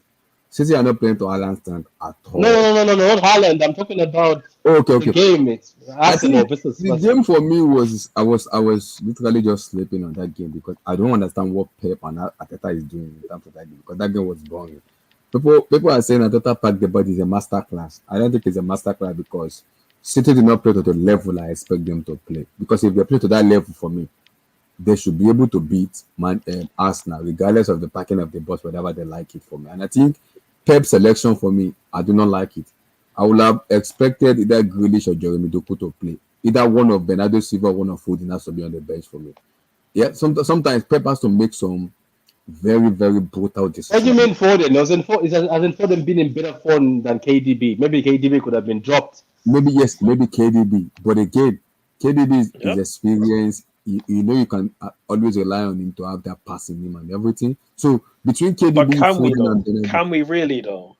yeah, but the problem is between Foden, KDB, and Bernardo, one of them needs to be dropped because you need one. Because the way Arsenal were playing yesterday, you can see that on the left hand side, if you can see Gaviot, he was. Imagine Gaviot can use his boot to can dribble player. It will have caused more issue. But the problem is, imagine you have Grealish or Jeremy Doku in that position. That would be much better because you know that's a natural left winger who can disturb Arsenal. But you don't have it, so it's a little bit. It's like -10 to you guys, and the kind of way you guys set up is a little bit awkward for me. And with Arsenal, I've been saying this thing for Arsenal. I'm not, for me, watching as a rival. Arsenal doesn't kind of scare me when I watch them because I'm looking at the attacker for me. The attacker doesn't scare me. Yeah, they have very good midfield and a very good defense. That for me, but the attack for me, they don't scare me because I don't trust them when it comes to being clinical. Yes, they've been scoring against Sheffield, Newcastle, and Co. But I think when they face a big team in terms of maybe like a City, maybe possibly yes, maybe United, a big team like that is very good. I don't see them being clinical enough, like to be that team to say, okay, I trust these people to be clinical enough to to be this team. I don't trust them in that situation. So Abdrive, there's a comment. It says Klopp has never beaten Pep twice in the same season. Pep has never beaten Klopp twice in the same season. But when Arsenal get a massive point away, it's a disgrace. Remember everyone, Jose's Chelsea. Do you know what? No, I have let's an. hold on, Patrick. Let me Yeah, comment on this. Let's not yeah. do this. I'm a Chelsea fan. Everybody used to give me abuse about how Chelsea played stinking out wins. I watched Patrick. I watched you on the terrace yesterday. You and Vater, and the way people continuously go for you guys on the terrace isn't fair. People saying that when Porto played defensive, people praised it. You know who didn't praise that defensive performance? Arsenal fans. They said Porto played like Burnley. Diego Simeone, when he plays defensive, everyone says it's terrorism football. When it's Mourinho, it's terrorism. When it's Conte, it's terrorism. When it's Arsenal, it's chess piece, defensive masterclass. Let's just be honest with what it is. You guys packed the bus against Man No, City. I'll You be were. honest. I'll be I'm honest. not. Don't interrupt me. Don't interrupt me. I'm Don't not. interrupt me. Don't interrupt me. Don't interrupt me. You parked the bus against Man City, and it was a great defensive game, but you were afraid of losing. But ultimately, you played a weakened Man City team that had injuries that, in my opinion, they were there for the taking. You could have got 3 points. They were there for the taking, and you didn't. And I'll praise you for the point, and I'll praise you for the defensive display. That was great. But ultimately, you could have taken advantage of this title race because praising this draw when Liverpool are still top is ridiculous to me. Everyone's like getting overly excited, and Patrick, remember I said this to you months back that Yeah. everyone keeps focusing and talking about Man City instead of winning their own games. Mm. Liverpool did this for years. That's why Liverpool only won one Prem and they bottled two. Arsenal last season, the reason why they didn't win the Prem is not because of Saliba's injury. It's because they were focused on Man City. Oh, Man City play at 12, so if they win, that means we have to win our game, or we play first. So we're clear now. But City, if they play tomorrow and stop focusing on Man City. Who cares about Man City? Win your own games and you'll win the league. Win your own You know, games. listen, That's all you can do. All you can do and is you win. know, For what they're doing this season, they've just been focused on winning their games, and now no one's speaking about the fact that they're top. Everyone keeps talking about Man City. City are third. Why are you're Arsenal still third. worried about Man City? Why are you still worried about? Because ultimately, taking 4 points from Man City might not mean anything. Because Arsenal might not still win this league. It might be Liverpool. Yeah. Wait. Did Liverpool slap? No. Liverpool did not beat us this season. But at the end of the day, I think I said this, and I'm gonna go to you big now because now I know you're waiting to answer all this. I say this on the football test. I think you watched me, and I Yeah, I said watched it. first, because I was forward, I was in the football test, and I said why. I said it to Terry, big up Terry. I was like, Terry, why have you made an intro saying big up to Arteta and his defensive display? I was like, they have 26% in possession, and you're saying big up to Saliba and big up to Gabriel for keeping Haaland quiet. Okay, I get it. But I was like, where's the big up to Akanji and Lewis, Lewis, who's an 18-year-old academy kid, and then big up to what's his name, Josko for pocketing Saka. Apparently, Saka was injured, according to them. He sat him down twice, by the way. And then where's the big up to Diaz locking up Kai Havertz? Because in the preview, a lot of man told me that Kai Havertz is going to dunk on Diaz, but Kai Havertz had no shots, and Kai Havertz struggled. So this is the funny thing is, it looks like this side is getting praise, and the fun thing about Arsenal fans is, you guys easily sometimes, and I'm gonna say this, maybe it's gonna hurt you guys. You easily get tempted by pundits and YouTubers, and sometimes they sell you dreams. Because I admit it, look, you guys, your defense is great, but you, do you know the answers I'm getting online forward today? They're saying, "Oh, but we had two shots more than you on target." I was like, "We had one shot, you had two on target. We had like 12 or 16 shots in total. You had like six.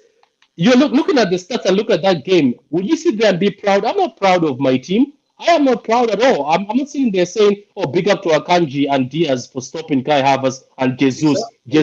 Jesus was subbed. You had one Look, more this, shot at a team that were Yeah. defensively nullified.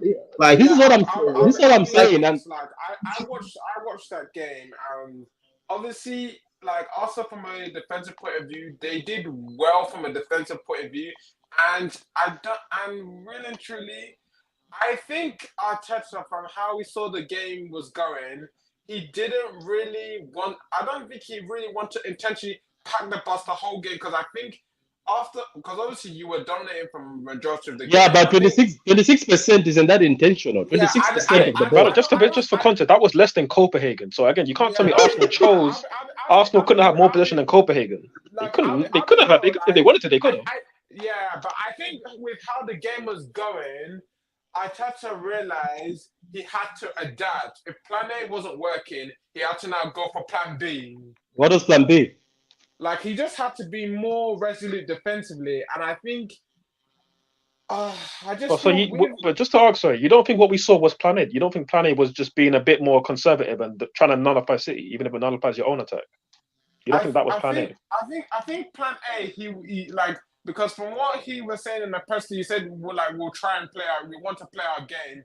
Like, I think, was it like he said, like we don't want to play like for the occasion. Is that what he said? Like in the lead up to the game. Yeah, he said that we have to show belief, is what he was saying basically. Yeah, I think he really wanted to take the game to City, but I think because of how City were playing, he didn't want to make himself like too open.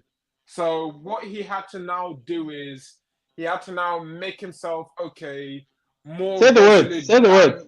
Say the words. Say the words. Fuck the He had bus. to make himself more resolute defensively and make Arsenal tough to break down.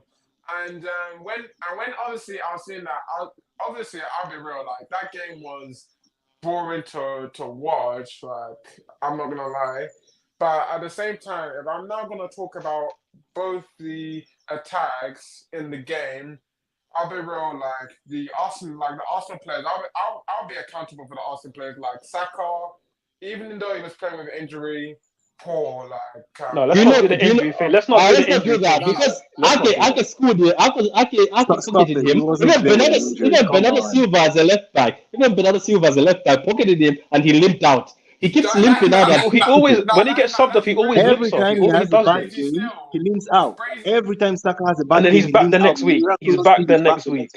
Come on. Surely you don't believe that. Nah, it's actually mad. I can't lie.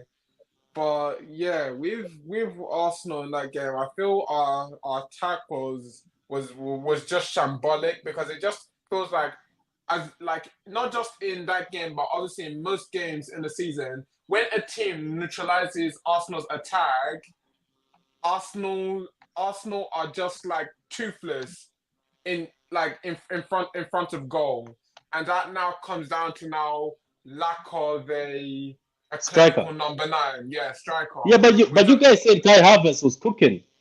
I did. He was doing well, but I never felt like, oh, he was gonna be the answer long term. Maybe a lot of all these Arsenal fans on Twitter and they think, oh, but I knew Arsenal needed a prolific centre forward because when it comes to now the small margins and tight matches like this, or like the match like was it like the one that was early in the season, like against Fulham, like games that obviously you might want to be winning 1-0, they can go against you and you could end up losing that 1-0 or 2-1. Do you get what I mean?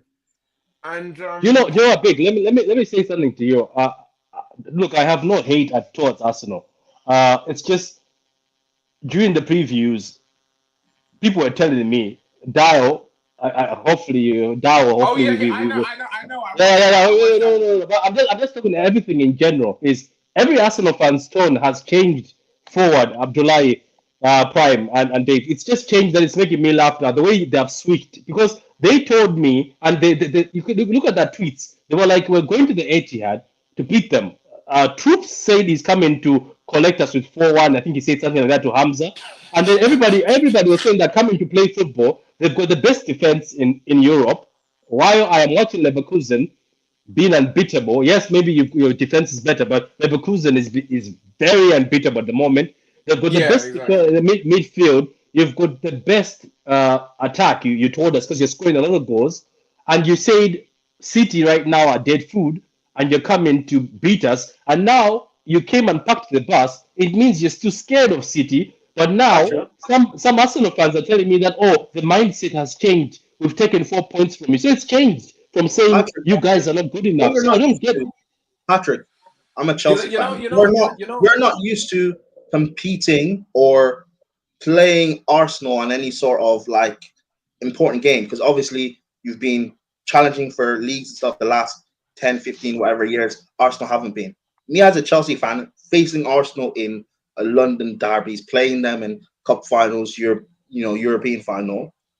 I know what it's like going up against Arsenal. Arsenal fans, particularly when they feel like their subconscious feels like they're going to lose or they're not going to win, they will put on a brave face and talk real loud and say, "We will batter you 3-0. We will batter you 4-1. We will play you off the field." Our play. I've experienced it when Arsenal fans were telling me that Kante, he's just a black Lucas Torreira. When they were telling me that Alexis Sanchez is better than Hazard. When they were telling me that Lacazette is better than uh, um, Morata. When they were doing these weird comparisons, but United Prime, fans have like faced I it said, as is well. better than Morata. Arsenal That's fans no always debate. do this. They talk a big, loud game. They overcompensate. They always overcompensate. You're not used to it, Patrick. But like I'm telling you, I that's know, where I know, I know, it and really that's where it's Yeah, going. And no, you know this, no and you know, Arsenal fan, Prime, Patrick. Prime. Not even yeah. I Ty, actually get what not you even mean, Ty like himself from believed the that Arsenal they fans would you've spoken batter. with. Not even Ty himself believed that Arsenal would batter Man City. Not I even Ty know. believed. Oh, yeah. Now let me go to Dave. Let me go to Dave. Dave, me as a City fan, obviously, the reason why I'm and forward, I apologize to forward Abdullahi and Prime because we have caused this. City have caused this in many ways. First of all, we gave them Zinchenko and Jesus. These guys went and gave them a bit of a slice of winning mentality. Number two, we took Arteta and trained him. Now he's balling. So City fans, we are to blame. We've caused this. Pep wanted a bit of a challenge. We He made wanted a that. student project. Yeah, a student project. Now, Dave, as a City fan, I'm disappointed because I think I think if we slapped them again, the world could have been quiet. But now here we are. But Dave, let's speak logic. Let's stop being trolls.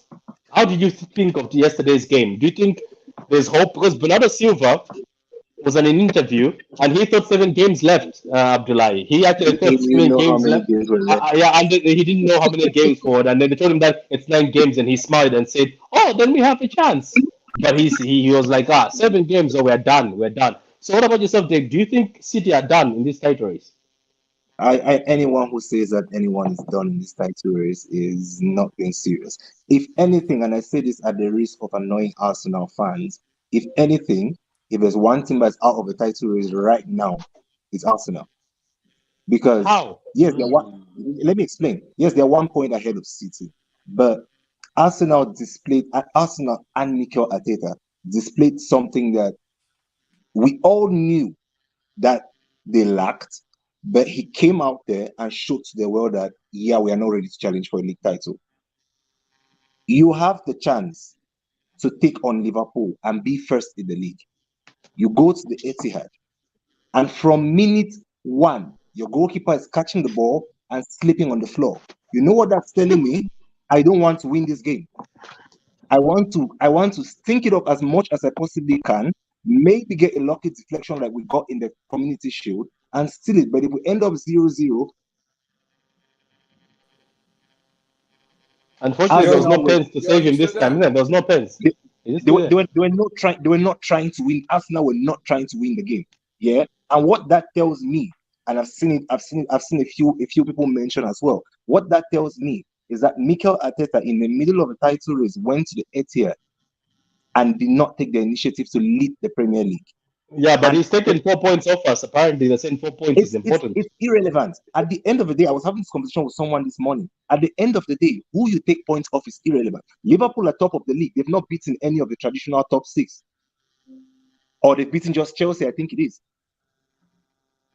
They are top of the league. It doesn't matter if Liverpool, Yeah, they got slapped up by Arsenal 3-1, isn't by it? Arsenal, yes. So if Liverpool beat everybody and draw with City and Arsenal and United, they've not beaten United this season. They beat them twice.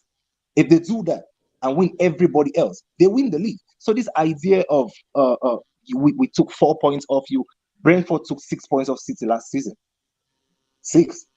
So that it doesn't make any material difference. It's good Yeah, to take this away man And points. this that's man It's is good to cooking. Like, and that's but what's but frustrating you to need me. to you need to weigh into consideration if you're I'm not look I'm not I'm not saying the if contrary. I'm not yeah, saying but the like contrary. Hear me out. there needs to be a I'm not bigger saying the contrary. context. Hear me out. You've taken 4 points from City. Yeah. No, wait. What am I saying? You've taken a draw, 2 draws from City, and 2 draws from City and Liverpool, and No, 2 wins. So yeah, so that's true. you've taken 8 points from City and Liverpool. You're 2 points behind Liverpool, and you're 1 ahead of City. It doesn't make any material difference. This It man is really Yeah, doesn't. but cooking. again, you need This to man is weigh into consideration at the end of the day. Like you, I'm, I I'm think not, I'm not, listen, I'm you're not being a saying bit the contrary. I'm disingenuous. saying that You're in the fact of the matter, it doesn't make any material difference. That's yeah, what but I'm saying. you're So forgetting end of the season. If the 3 teams are all on the same number of points, head to it will come head, down it's to gonna goal come difference and in. then you win Yeah, the league. yeah, It but will not come down to yeah, head but to it's head not. Yeah, by but No, but that's assuming it will come down to goal that. difference.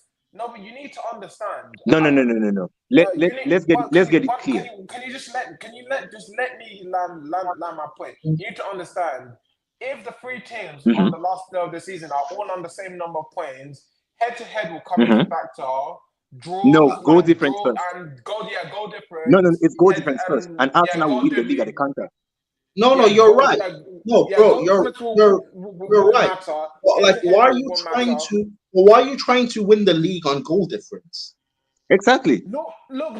I'm not trying to win the league on goal difference, but like times when Man City have won the league in the past when they've just edged Liverpool, they've had like a higher goal difference. Yeah, No, but we're only City. on points. We're only on points At now. the end of the day, yeah. Oh, At the end of the year, Patrick, this is what I'm saying. And if you're Patrick? seeing and even with the title race Mhm. is still in the balance. Nobody is out of it.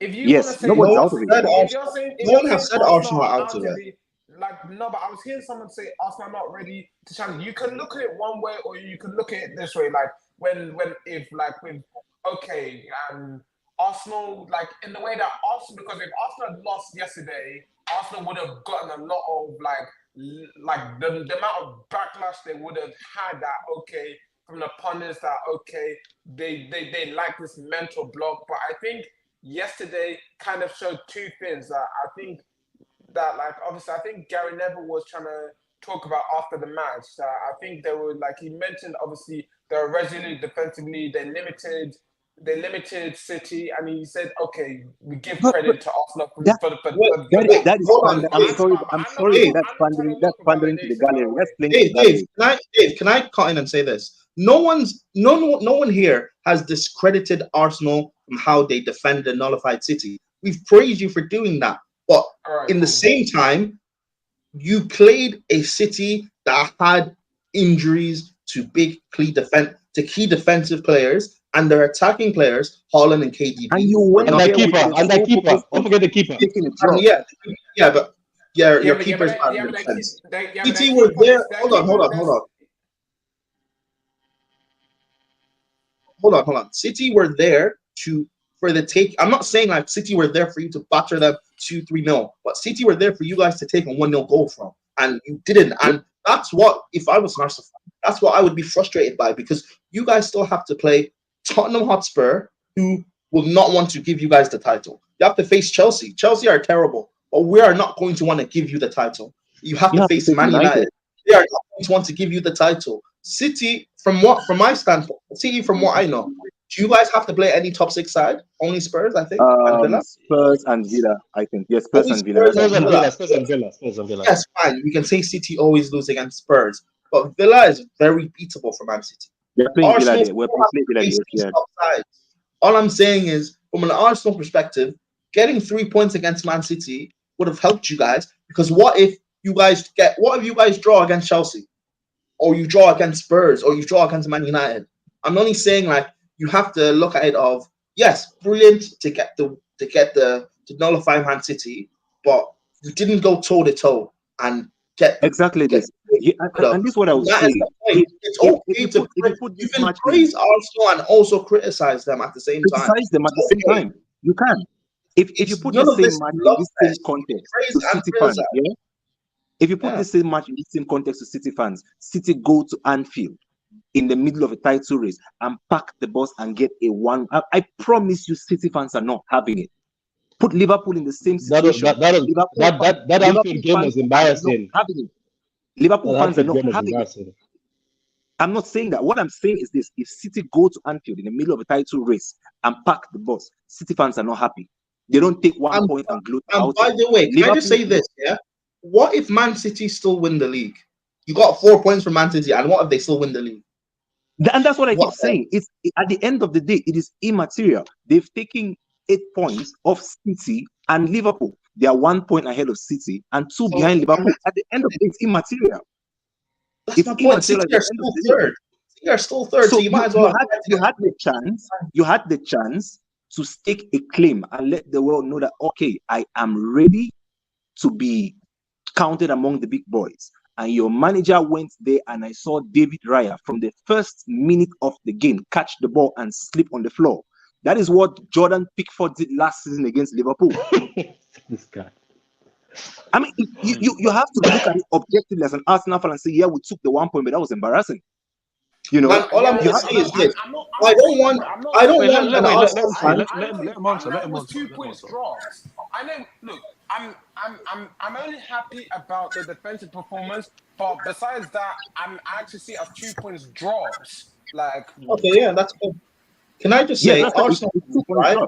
You are praising this performance. When you guys face Man United and they defend for their lives and they stink out a draw. When you face Spurs and they defend for their lives and stink out a draw. When you face Chelsea and they stink out a draw, I don't want anyone to complain. When you face Bayern and they defend and they stink out the 1-0 win, I don't want any complaints anymore about defensive performances. I don't want exactly you guys because are praising this. today we are hearing No complaining about terrorism when you guys are praising the terrorism. No complaints. Today we are calling it a defensive masterclass. I remember Jose Mourinho being one at a time. We want to hear each other. One at a time. We want to hear each other. So sorry, I was saying that Arsenal is being praised. Arteta has been praised for this defensive masterclass. I remember for years, Jose Mourinho was being called anti-football for doing the exact. They insulted Porto though. They even insulted Porto recently. They said Porto did not want to play football. Yes, and today we are sat here and Arsenal fans are telling us that, oh no, it's a masterclass. We got what we wanted. Yeah, you got what you wanted, but you stunk a 0-0 draw. Admit it and then move on. That's it. But anyways, I was talking about the city in general, and we've gotten into a little bit of the rabbit hole of Arsenal's performance. Arsenal aside, I did feel that City could have gone up a level yesterday. And at some point in the game, it almost felt like the players accepted. And it's probably the first time that I have seen this in a City in City under Guardiola, where the players around, I felt at least around the 75th, maybe 80th minute, the players accepted that, okay, we are going to try, but we don't mind the draw.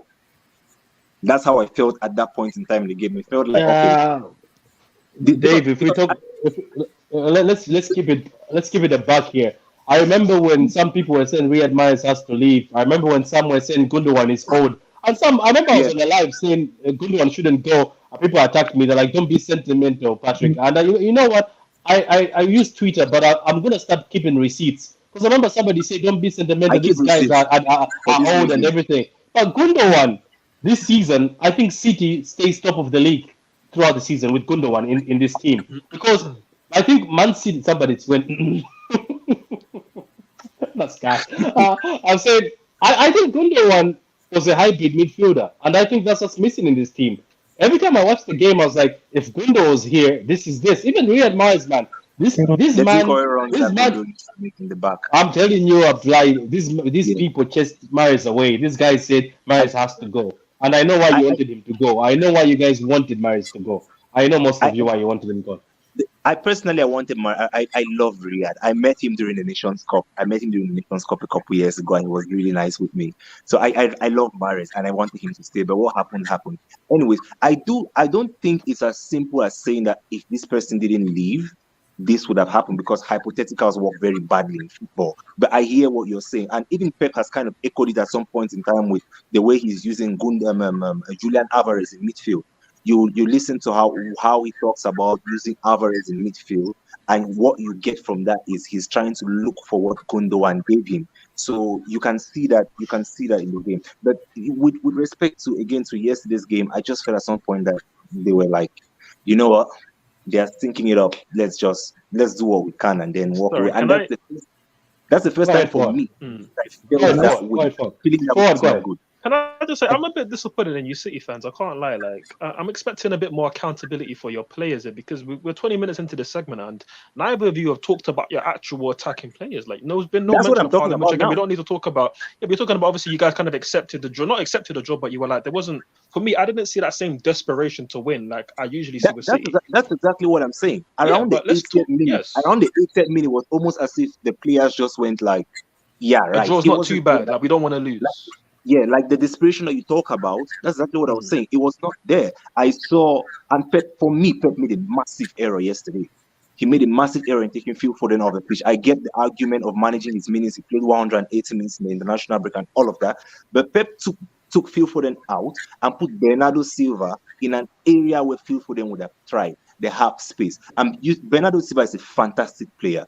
He is very good on the ball, progressing, dribbling and stuff. But there is not a player in world football, and I say this not likely, there's not a player in world football right now who is better at taking the ball in a half space and progressing with it than Phil Foden.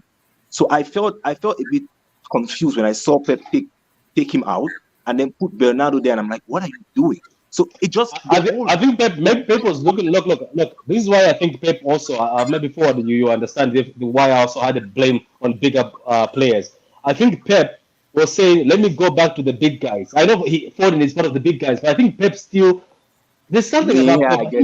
As much as he comes in the media, I think he just still doesn't see Foden as the big guy, because I think he left people who he was seeing. These are the big boys. These are the guys who got me over. Bernardo Silva, De Bruyne, they'll do something. To be honest with you, our big boys yesterday, the defense did well. Kovacic, Rodri did well, but our attackers, I think they didn't step up. I think they stunk the place. And you're right. Well, say the name. Say the name. No, all of them Say did. the Kevin De names. Bruyne was awful. Haaland was awful on the day. Mm. Bernardo Silva was bang average. Foden was Ah, non-existent. I don't have a problem admitting those Prime, things. you see forward. This is what he's been waiting for. He just wants No, to hear the name I do not KDB. have a problem admitting those things because on the day they were bad or they were at least below their usual level. I don't have any problem admitting that. I have no problem admitting that. In general, right? I'm talking about Pep now as well. All of them, everybody just seemed to. There was something about it. It was just one of those games, and I don't know if it is going to decide who wins the title. I don't think that because there's still a lot of a way to go. But I feel like Arsenal didn't take an opportunity that was there, and City didn't do enough to break down Arsenal. But Yes. again, you have to give Arsenal credit in this sense. Yeah, A they do. lot of teams come to the Etihad and pack the bus and get a 1-0 defeat. Oh, they We get have a No, 5-0 with parking the bus. Even if they get a 5-0 parking the bus. Here's what I'm saying. The best defense in Europe. Arsenal are the best defense in Europe. This season, they are the best defense in Europe. Came to the Etihad and packed the bus. So give these attackers credit. The best defense in Europe came and packed the bus against you. It's not Yeah, saying, but we had opportunities. There was a point where Bernardo Silva saying went that in the we box didn't. and I'm not instead of saying- shooting, instead of playing around. Remember, instead of shooting, instead of Yeah, playing true, around it's with true, the ball. it's true. But at the same time, we can also look at it and say that that was the lowest XG City have created at the Etihad in a very, very Yeah, long time. yeah, But again, Exactly. just That's what I'm saying. just to answer a question that you asked, Dave, right? Because obviously you don't know why Bernardo, Foden came off in a sense because obviously you brought on the two wingers, you moved Bernardo from his position, but I think it sounds like you wanted Bernardo to come off and let Foden be in the middle. And again, for me, what I saw right is obviously Kovacic started the game in the midfield alongside Rodri. And I don't think Pep trusted Foden to play that position, so obviously he moved Bernardo to that position. And obviously he was kind of more the DM when you guys are defending, and obviously in attack, he would at times push forward and be in the pockets. And that's why you saw him have some moments in and around their box, right, to create. So obviously that's what I saw, right, with that. But again, the decision at Anfield was for you guys to take off KDB and move Foden into the 10. And obviously there was a question if you were going to make that decision again yesterday. And Pep opted to take out Foden instead and leave De Bruyne in the 10. And again, for me, De Bruyne was awful once again. And I almost felt like nothing he did came off. There was no creativity. When he tried to drive with the ball, Declan Rice just put his arm on his shoulder and said, buddy, sit down. You're not coming through this corridor right now. And he just completely stopped him from trying to drive through midfield, try and create. Like he couldn't get into those pockets to try and do anything. And again, I look at KDB, right? And again, when he came back and he obviously had the assist against Newcastle on the goal, and everybody was lauding him as the best midfielder in Premier League history, right? And again, his impact since he's come back from injury has been very good. He has had a lot of good moments, created a lot of big chances. So I give him credit. But it's not the same KDB. But it's not the same KDB from last season, but let's be honest. This KDB that we see even over the last 2-3 years, it's not prime KDB. It's post-prime KDB, and he's still doing good. He's still bringing up numbers, but he's far gone from the player from the Centurion season when he played in the midfield three. Can I say something forward before I forget? Can I say something forward before I forget forward? I think I said this and somebody was like, shush. I was like, there are moments where I know it's KDB and it's magic, but if we're keeping it real, that midfield, I think, would be much better sometimes without him and for him to be an impact sub. Am I wrong to say that? You're not wrong. I'm just saying. You're not wrong at all. It's just that sentiment. It's just that we have sentiment. We have sentiment. That's what it is. Because you guys told me Gundogan is sentiment. I'm not trying to give payback, but I'm just saying KDB, I think, would be better because the games he's impacted, he came off the bench. The Newcastle one, he was fresh. He was watching the game from outside. You know, people like KDB, if they watch the game from outside and they come on, they know how to unlock something. I just think going forward, that position that midfield should be Foden, Rodri, and Kovacic. I'm sorry. I would rather have Kovacic in that midfield with Foden being the one rotating. So, guys, I'm going to have to end it here. We've been doing 2 hours. Thank everybody in the comments. Thank you, Big. Thank you, Prime. Thank you, Dave. Dave, I think we speak on Twitter, but I'm not sure. But I'll hit me up on Twitter, man. And forward, big up Abdullahi. Big up Abdullahi. Thank you very much. Then I'm going to have to end it here because it's been 2 hours. But thank you very much, guys. I appreciate it. And for those guys watching, enjoy your. Is it Monday? Easter Monday? Enjoy Easter Monday. Yeah, Bank holiday. Yeah, bank holiday. Yeah.